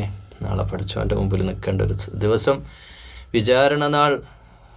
ഒരാൾക്ക് ഒരു ശക്തിയുമില്ലാതെ ലോകത്ത് മുഴുവൻ, നിങ്ങൾക്കിപ്പോൾ ശക്തിയൊക്കെ ഉണ്ട് ഇന്ന്, പക്ഷെ നിങ്ങളൊരു ദിവസം നിൽക്കേണ്ടി വരും. ലാ തജ്സി നഫ്സുൻ അൻ നഫ്സിൻ ഷൈഅ. ഒരാളെ ഒരാൾക്കും ഹെൽപ്പ് ചെയ്യാൻ പറ്റാത്ത ഒരു രീതിയിലുമുള്ള സ്വാധീനത്തിനും ഫലമില്ലാതെ. വലാ യുഖ്ബലു മിൻഹാ ശഫാഅ, ഒരാളുടെ ശുപാർശ അടയ്ക്കണം. അപ്പോഴാണ് നബി സല്ലല്ലാഹു അലൈഹി വസല്ലമക്ക് ശുപാർശ ഉണ്ട് എന്നൊക്കെ പറഞ്ഞിട്ട് അതൊരു തർക്ക വിഷയമായിട്ട് പറഞ്ഞവരോട് ഞാൻ പറയാം, ഞാൻ പറഞ്ഞ നിങ്ങൾ കേൾക്കണ്ട, ഞാനൊരു വ്യക്തിയാണ്. ഖുർആൻ പറയണ നിങ്ങൾ കേൾക്ക്. വല യുഖ്ബലു മിൻഹാ ഷഫാഅ, അവിടെ ഒരു ഷഫാഅത്തും ഇല്ല എന്ന് അള്ളാഹ് ഖുർആനിൽ പറഞ്ഞല്ലേ. പിന്നെ എന്തിനാണ് നിങ്ങൾ ഈ വിഷയം? പിന്നെ നബി സല്ലല്ലാഹു അലൈഹി വസല്ലമയെ പാവം എൻ്റെ നബിയെ നിങ്ങൾ അതിൽ പ്രതി ചേർക്കുന്നത്. എൻ്റെ നബി ആ കാര്യത്തിൽ പറഞ്ഞു, നിങ്ങൾ നബിയാണ്, നിങ്ങളെല്ലാം കേൾക്കുന്ന നിങ്ങളോട് എല്ലാവരോടും അല്ല പറയുന്നത്. 1% ആൾക്കാർ ഈ കമൻസിലും കോളിലൊക്കെ ഒന്ന് പറയുന്നുണ്ട് നാളെ പരലോകത്ത് ഷഫാഅത്ത് ഉണ്ട്, നബി സല്ലല്ലാഹു അലൈഹി വസല്ലം ഷഫാഅത്ത് ചെയ്തിട്ട് നമുക്ക് സ്വർഗത്തിൽ അങ്ങ് കയറിപ്പോകാന്നൊക്കെ. എന്ത് വിഡ്ഢിത്താ പറയുന്നത്? ഇതാ പറഞ്ഞത്, ഈ ഇസ്രായേലിസ്റ്റുകളായിട്ടുള്ള പൗരോഹിത്യബോധമുള്ള പൗരോഹിതന്മാരുടെ ക്ലാസ് കേട്ട് അതിൻ്റെ കീഴിൽ അണിനിരക്കുമ്പോൾ അങ്ങനെ തോന്നിപ്പോകും. മനസ്സിലായില്ലേ? ഷഫാഅത്ത് ഇല്ല എന്ന് ഖുർആനിൽ പറഞ്ഞില്ലേ? വലാ യൂഖദു മിൻഹാ അദ്ലുൻ വലാ ഹും യുൻസറൂൻ. കുറ്റവാളികളായ ആളുകൾക്ക് യാതൊരു വിധത്തിലുള്ള സഹായവും ലഭിക്കാത്ത ആ ദിനത്തെ കരുതിയിരിക്കുക. ഒരു മോചനദ്രവ്യമോ എന്തെങ്കിലും വേറെന്തെങ്കിലും, ഞാൻ എൻ്റെ നാട്ടിലെ മുഴുവൻ സമ്പത്ത് തരാം, അവിടെ പിന്നെ ഒന്നുമില്ല, എല്ലാവർക്കും. വത്തഖൂ യൗമല്ല തജ്സി നഫ്സുൻ അൻ നഫ്സ്. നബി ഒരു നഫ്സാണല്ലോ. ഒരാൾക്കും ഒരു മനുഷ്യന് ഒന്നും ചെയ്യാൻ പറ്റാത്ത, ഒരു രീതിയിലുള്ള ശുപാർശയും നടക്കാത്ത ദിവസമാണെന്ന് എന്ന് ഖുർആൻ പറഞ്ഞിട്ടുണ്ടെങ്കിൽ ഫമൻ യഅമൽ മിസ്ഖാല ദറത്തിൻ ഖൈറൻ യറ, അണുവളവ് നന്മ നമ്മൾ ചെയ്തോ അവിടെ പരലോകത്ത് ഉണ്ടാവുമെന്ന് പറഞ്ഞിട്ടുണ്ടെങ്കിൽ നബി സല്ലല്ലാഹു അലൈഹി വസല്ലം സ്വന്തം മോളെ വിളിച്ചിട്ട്, മോളെ ഫാത്തിമത്ത് ബിൽഅത്ത് മിന്നി, എൻ്റെ ശരീരത്തിൻ്റെ കഷ്ണമാണ് എന്ന് പറഞ്ഞ ഫാത്തിമ ബിവിയോട് പറഞ്ഞു, മോളെ പരലോകത്ത് എൻ്റെ കാര്യം നീ നോക്കിക്കോ, നിനക്ക് വേണ്ടി നീ അമല് ചെയ്തോ എന്ന് സ്വന്തം മകളുടെ സ്വന്തം മകളോട് അത്രയ്ക്ക് ഇഷ്ടമുള്ള മോളോട് തന്നെ നബി സല്ലല്ലാഹു അലൈഹി വസല്ലം പറഞ്ഞിട്ടുണ്ടെങ്കിൽ പ്രിയമുള്ളവരെ, നമ്മുടെ കാര്യം നമ്മുടെ അമലുകൾ കൊണ്ട് മാത്രമേ നമ്മൾ രക്ഷപ്പെടുള്ളൂ. ഒരാളും ചെയ്തതിൻ്റെ പേരിൽ ഇപ്പോൾ നമ്മൾ മരിച്ചു പോയിട്ട് നമ്മുടെ മക്കൾ നമുക്ക് വേണ്ടി ചാരിറ്റി തുടങ്ങിയിട്ടും കാര്യമില്ല. നമ്മൾ നിയ്യത്ത് ആമനു ആമിലു സ്വാലിയാത്താട്ടോ, വിശ്വാസത്തിൻ്റെ അടിസ്ഥാനത്തിൽ നമ്മൾ ചെയ്തതേ നമ്മുടെ പരലോകത്തേക്ക് ഉണ്ടാകൂ എന്ന കാര്യം നിങ്ങൾ എത്ര തന്നെ ഇനി അതിൻ്റെ പേരിൽ വാഗ്വാദങ്ങൾ നടത്തിയാലും, ഞാൻ നടത്തുന്ന ആൾക്കാരോടെ പറയും, നിങ്ങളോടല്ല കേട്ടോ, കേൾക്കുന്ന നിങ്ങളോടല്ല. അവർ ഇപ്പോൾ ചില പൗരോഹിത്യത്തിൻ്റെ ചില ആളുകൾ എല്ലാറ്റിനും അങ്ങോട്ട് അസ്തഗ്ഫിറുല്ലാഹ് എന്നോട് പറയുമ്പോഴത്തേക്ക് നമ്മുടെ എല്ലാ പാപം അല്ലാഹ് പുറത്തു തരുമെന്നൊക്കെ പറഞ്ഞ് നമുക്കൊക്കെ ഷഫാഅത്ത് കിട്ടി നമ്മൾ എങ്ങനെയെങ്കിലുമൊക്കെ രക്ഷപ്പെടുമെന്ന ജഹൂദ ചിന്താഗതി മലയാളി മനസ്സിൽ അടിച്ചേൽപ്പിക്കുന്ന ശബ്ദങ്ങൾക്കെതിരെയാണ് ഇപ്പം ഞാൻ സംസാരിക്കുന്നത്. എൻ്റെ പ്രിയമുള്ളവർ, നിങ്ങൾക്ക് കാര്യം മനസ്സിലായെന്ന് വിചാരിക്കുന്നു. ഒന്നുകൂടെ റിപ്പീറ്റ് ചെയ്യുക. മലയാളികളെ വിശുദ്ധ ഖുർആൻ്റെ യഥാർത്ഥമായ വഴിയിൽ നിന്ന് വഴിതെറ്റിക്കുന്ന ആളുകൾ ഒരുപാടുണ്ട്. പല ചിന്താധാരകളും പല തുരീഖത്തുകളിലൂടെയും എല്ലാം അങ്ങോട്ട് ഖിയാസാക്കിയിട്ട് പടച്ചോൻ്റെ മുമ്പിൽ നമ്മളൊക്കെ എങ്ങനെയെങ്കിലുമൊക്കെ ആരെങ്കിലുമൊക്കെ കൈമുത്തി അങ്ങ് പിടിച്ച് കയറി സ്വർഗത്തിൽ കയറി അങ്ങ് രക്ഷപ്പെടുമെന്ന് പറയുമ്പോൾ, നിങ്ങൾക്ക് മുമ്പുള്ള ജനത, നിങ്ങൾക്ക് മുമ്പ് അവതരിക്കപ്പെട്ട സമൂഹങ്ങൾ, അവർ അനുഭവിച്ചിട്ടുള്ള പീഡനങ്ങൾ, ആ പ്രയാസങ്ങളൊന്നും സഹിക്കാതെ അള്ളാഹുവിൻ്റെ പരീക്ഷണങ്ങളൊക്കെ നേരിടാതെ നിങ്ങൾ വെറുതെ അങ്ങ് സ്വർഗത്തിൽ പോകാമെന്നാണോ നിങ്ങൾ വിചാരിക്കുന്നത് എന്നൊക്കെ വിശുദ്ധ ഖുർആൻ അതിശക്തമായി ചോദിച്ചിട്ടും ഫലഖത്തഹമൽ അഖബ വമാ അദ്റാക മൽ അഖബ, അഖബ കടക്കാതെ അഖബ എന്ന ദുർഘട പാത താണ്ടാതെ സ്വർഗത്ത് പോകുന്ന പറഞ്ഞാൽ ദുർഘടമായ പാതയാണ്. വലിയ ബുദ്ധിമുട്ട് തന്നെയാണ് സ്വർഗത്തിലെത്തുക എന്നുള്ളത്. അത് കർമ്മം കൊണ്ട് മാത്രം നിഷ്കളങ്കമായി ഇഖ്ലാസോടുകൂടെ അള്ളാഹിൻ്റെ വജ്ഹ് ഉദ്ദേശിച്ചുകൊണ്ട് ചെയ്യുന്ന കർമ്മങ്ങൾ കൊണ്ട് മാത്രമേ സ്വർഗപ്രവേശനം സാധ്യമാകൂ. അല്ലാതെ ഈ ഇസ്രായേലിസ്റ്റുകളായ മുസ്ലിം പണ്ഡിതന്മാർ, മുസ്ലിം നേതാക്കൾ പറയുന്ന അവരുടെ ഗൈഡൻസ് അനുസരിച്ചുകൊണ്ട് എന്തെങ്കിലുമൊക്കെ ദിക്റൊക്കെ ചൊല്ലി എങ്ങനെയെങ്കിലുമൊക്കെ ആരെങ്കിലുമൊക്കെ അംബിയാ മുർസലുകളുടെയൊക്കെ ഷഫാഅത്ത് നേടി എങ്ങനെയെങ്കിലുമൊക്കെ അങ്ങ് കഴിച്ചിലായി പോകാമെന്ന മിഥ്യാധാരണയും വിഡ്ഢിയുടെ സ്വർഗത്തിൽ ജീവിക്കുന്ന ആരെങ്കിലും ഈ എൻ്റെ ശബ്ദം കേൾക്കുന്നവരുണ്ടെങ്കിൽ അവർ തിരുത്തുക. ഇസ്രായേലിസ്റ്റിൻ്റെ ചിന്താഗതിയാണ്, അതൊന്നും ഇസ്ലാമിസ്റ്റ് ചിന്താഗതിയല്ല. യഥാർത്ഥ ഇസ്ലാം കർമ്മം കൊണ്ട് മാത്രം എൻ്റെയും നിങ്ങളും നമ്മുടെ എന്തേലും ചെയ്താൽ പോരട്ടോ. നമ്മുടെ കർമ്മം ഇങ്ങനെ നിസ്കരിച്ചാൽ പോരാ, ഇങ്ങനെ സദഖ ചെയ്താൽ പോരാ, ഇങ്ങനെ അമൽ ചെയ്താൽ പോരാ. ആമനു വാമിൽ സ്വാലിയാത്താകണം. അള്ളാഹിൻ്റെ വജ്ഹ് ഉദ്ദേശിച്ചുകൊണ്ട് ഞാൻ ഒരു സ്റ്റെപ്പ് വെക്കണുണ്ടോ, ഒരു പ്രവൃത്തി ചെയ്യണുണ്ടോ, അത് എനിക്കുണ്ടാവും. വേറെ ആര് എൻ്റെ ഭാര്യ ചെയ്താൽ എനിക്കുണ്ടാവില്ല, എൻ്റെ മക്കൾ ചെയ്താൽ എനിക്കുണ്ടാവില്ല. ഞാൻ ചെയ്തത് മാത്രമേ ഉണ്ടാവുള്ളൂ എന്നുള്ള ഉത്തമ ബോധ്യത്തിൽ ഞാനും നിങ്ങളും പ്രവർത്തിക്കുക, മുന്നേറുക.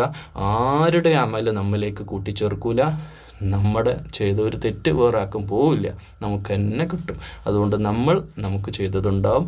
നമ്മൾ ഖുർആൻ പഠിച്ച് നമ്മളതനുസരിച്ച് ജീവിച്ച് നമ്മൾ അമൽ ചെയ്താൽ ആ അമൽ ഇന്നമൽ അമാലു ബിന്നിയാത്ത്, അള്ളാഹുവിൻ്റെ നിയ്യത്ത് അള്ളാഹുവിൻ്റെ വജ്ഹാണെങ്കിൽ ലാ നുരീദു മിൻകും ജസാഅൻ വലാ ശുക്കൂറ, നമ്മൾ കർമ്മം ചെയ്തിട്ടുണ്ടെങ്കിൽ അത് നമുക്ക് കിട്ടും. ഇത് തന്നെയാണ് ഇസ്രായേലിനോടും പറഞ്ഞുകൊണ്ടിരിക്കുന്നത്.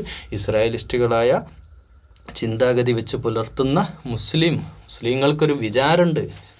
ഞാനും എനിക്കൊരു വിചാരമുണ്ട്. ഞാൻ അപ്പം നിങ്ങളോട് സംസാരിക്കുമ്പോൾ എൻ്റെ ഉപബോധ മനസ്സിലൊരു വിചാരമുണ്ട്. അതെന്താ അറിയോ?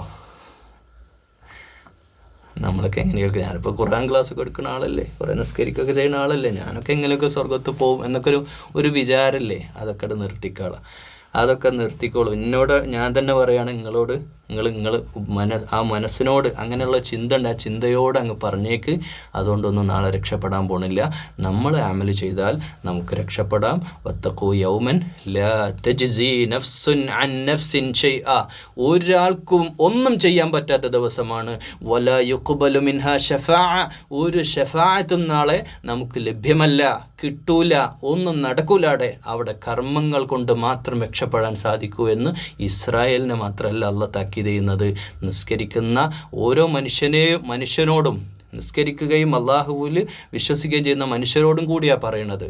മുസ്ലിങ്ങളോടും കൂടി തന്നെയാണ് പറയുന്നത്, കുറ്റവാളികളോട് മാത്രമല്ല പറയുന്നത്. അത് മനസ്സിലാക്കിക്കൊണ്ട് യഥാർത്ഥ ഇസ്ലാമിൻ്റെ വഴിയിൽ കർമ്മം ചെയ്യാൻ ആത്മാർത്ഥമായി അള്ളാഹിൻ്റെ മുഖം മാത്രം ഉദ്ദേശിച്ചുകൊണ്ട് കർമ്മം ചെയ്യാൻ നമ്മൾ സന്നദ്ധമാവുക. ആരുടെ വർക്കത്തുകൊണ്ട് നമ്മൾ രക്ഷപ്പെടാൻ പോണില്ല. നമ്മുടെ അമലുകൾ കൊണ്ട്, നമ്മുടെ കണ്ടതുകൊണ്ട്, കണ്ടു തീർത്ത പാപങ്ങളുടെ കറകൾ ഇസ്തിഗ്ഫാർ നടത്തണം. പ്രിയമുള്ളവരെ, തൗബ ചെയ്യണം പടച്ചവനോട്. ഇനി കാണൂല എന്ന് പറയണം. കേൾവി, തൻ്റെ സുഹൃത്തുക്കളും കുടുംബക്കാരും അയൽവാസികളും ഫ്രണ്ട്സും മറ്റുള്ളവരൊക്കെ നമ്മളോട് ഗീബത്തും നമീമത്തുമായിട്ട് വരുമ്പോൾ ആ കേട്ടത് മുഴുവൻ തൗബ ചെയ്യണം. നാവുകൊണ്ട് പറഞ്ഞു പോയതൊക്കെ തിരുത്തണം. അത് ചാറ്റ് ചെയ്യുന്നതാവട്ടെ, ഇതൊക്കെ തിരുത്തി അള്ളാഹിൻ്റെ ഇഷ്ടത്തിനനുസരിച്ച് എൻ്റെ ഇലാഹ് അള്ളയാണ് എന്ന ഉത്തമ ബോധ്യത്തോടെ അള്ളാഹുവിന് വേണ്ടി കർമ്മങ്ങൾ ചെയ്തത് കൊണ്ട് മാത്രമേ ഞാനും നിങ്ങളും സ്വർഗത്തിൽ പ്രവേശിക്കുകയുള്ളൂ. അതിൻ്റെ കാര്യത്തിൽ എനിക്ക് ഉറപ്പ് പറയാൻ പറ്റില്ല, നിങ്ങളുടെ കാര്യത്തിൽ നിങ്ങൾക്ക് ഉറപ്പ് പറയാൻ പറ്റില്ല. അതുകൊണ്ട് കർമ്മം ചെയ്തുകൊണ്ടിരിക്കുക. കുറച്ചേ ഉള്ളൂ ജീവിതം, വളരെ കുറച്ചേ ഉള്ളൂ. അതുകൊണ്ട് ഇസ്രായേലിൻ്റെ ചരിത്രം നമ്മൾ മനസ്സിലാക്കിക്കൊണ്ട് വിശുദ്ധ ഖുർആനിലെ ഈ പേജിൽ ഈ 48 വരെയുള്ള ആയത്തിൽ നിന്ന് നമുക്ക് മനസ്സിലാക്കാൻ പറ്റുന്ന കാര്യങ്ങൾ, അള്ളാഹുവിൻ്റെ ഉലൂഹിയത്ത് ഉൾക്കൊണ്ടുകൊണ്ട് ലാ ഇലാഹ ഇല്ലല്ലാഹ് എന്ന കലിമത്ത് തൗഹീദിൽ ഉറച്ച് വിശ്വാസിയായി കർമ്മനിരതമായിട്ട് ഇസ്ലാമിനെ കർമ്മങ്ങൾ കൊണ്ട് നാളെ അമലുകൾ അള്ളാഹിൻ്റെ മുമ്പിൽ അള്ളാഹിനെ കാണുമ്പോൾ ഒരുപാട് നല്ല അമലുകളുമായിട്ട് അള്ളാഹിനെ കണ്ടുമുട്ടുന്നവരിൽ നമ്മൾ ഉൾപ്പെടാൻ പരിശ്രമിക്കുക. അള്ളാഹുവേ ഞങ്ങളെല്ലാവരെയും അങ്ങനെ കർമ്മങ്ങൾ ചെയ്യുന്ന യഥാർത്ഥ വിശ്വാസികൾ, ഇഖ്ലാസോടുകൂടെ ഈമാനോടുകൂടെ നിൻ്റെ വജ്ഹ് മാത്രം, നിൻ്റെ മുഖം മാത്രം ഉദ്ദേശിച്ച് നിന്നിലേക്ക് നിൻ്റെ തൃപ്തിക്ക് വേണ്ടി മാത്രം പ്രവർത്തിക്കുന്ന യഥാർത്ഥ വിശ്വാസികളിൽ അള്ളാഹുവേ ഞങ്ങളെല്ലാവരെയും ഉൾപ്പെടുത്തി അനുഗ്രഹിക്കണേ. അല്ലാഹുമ്മ റബ്ബന തഖബ്ബൽ മിന്നാ ഇന്നക അൻത സമീഉൽ അലീം.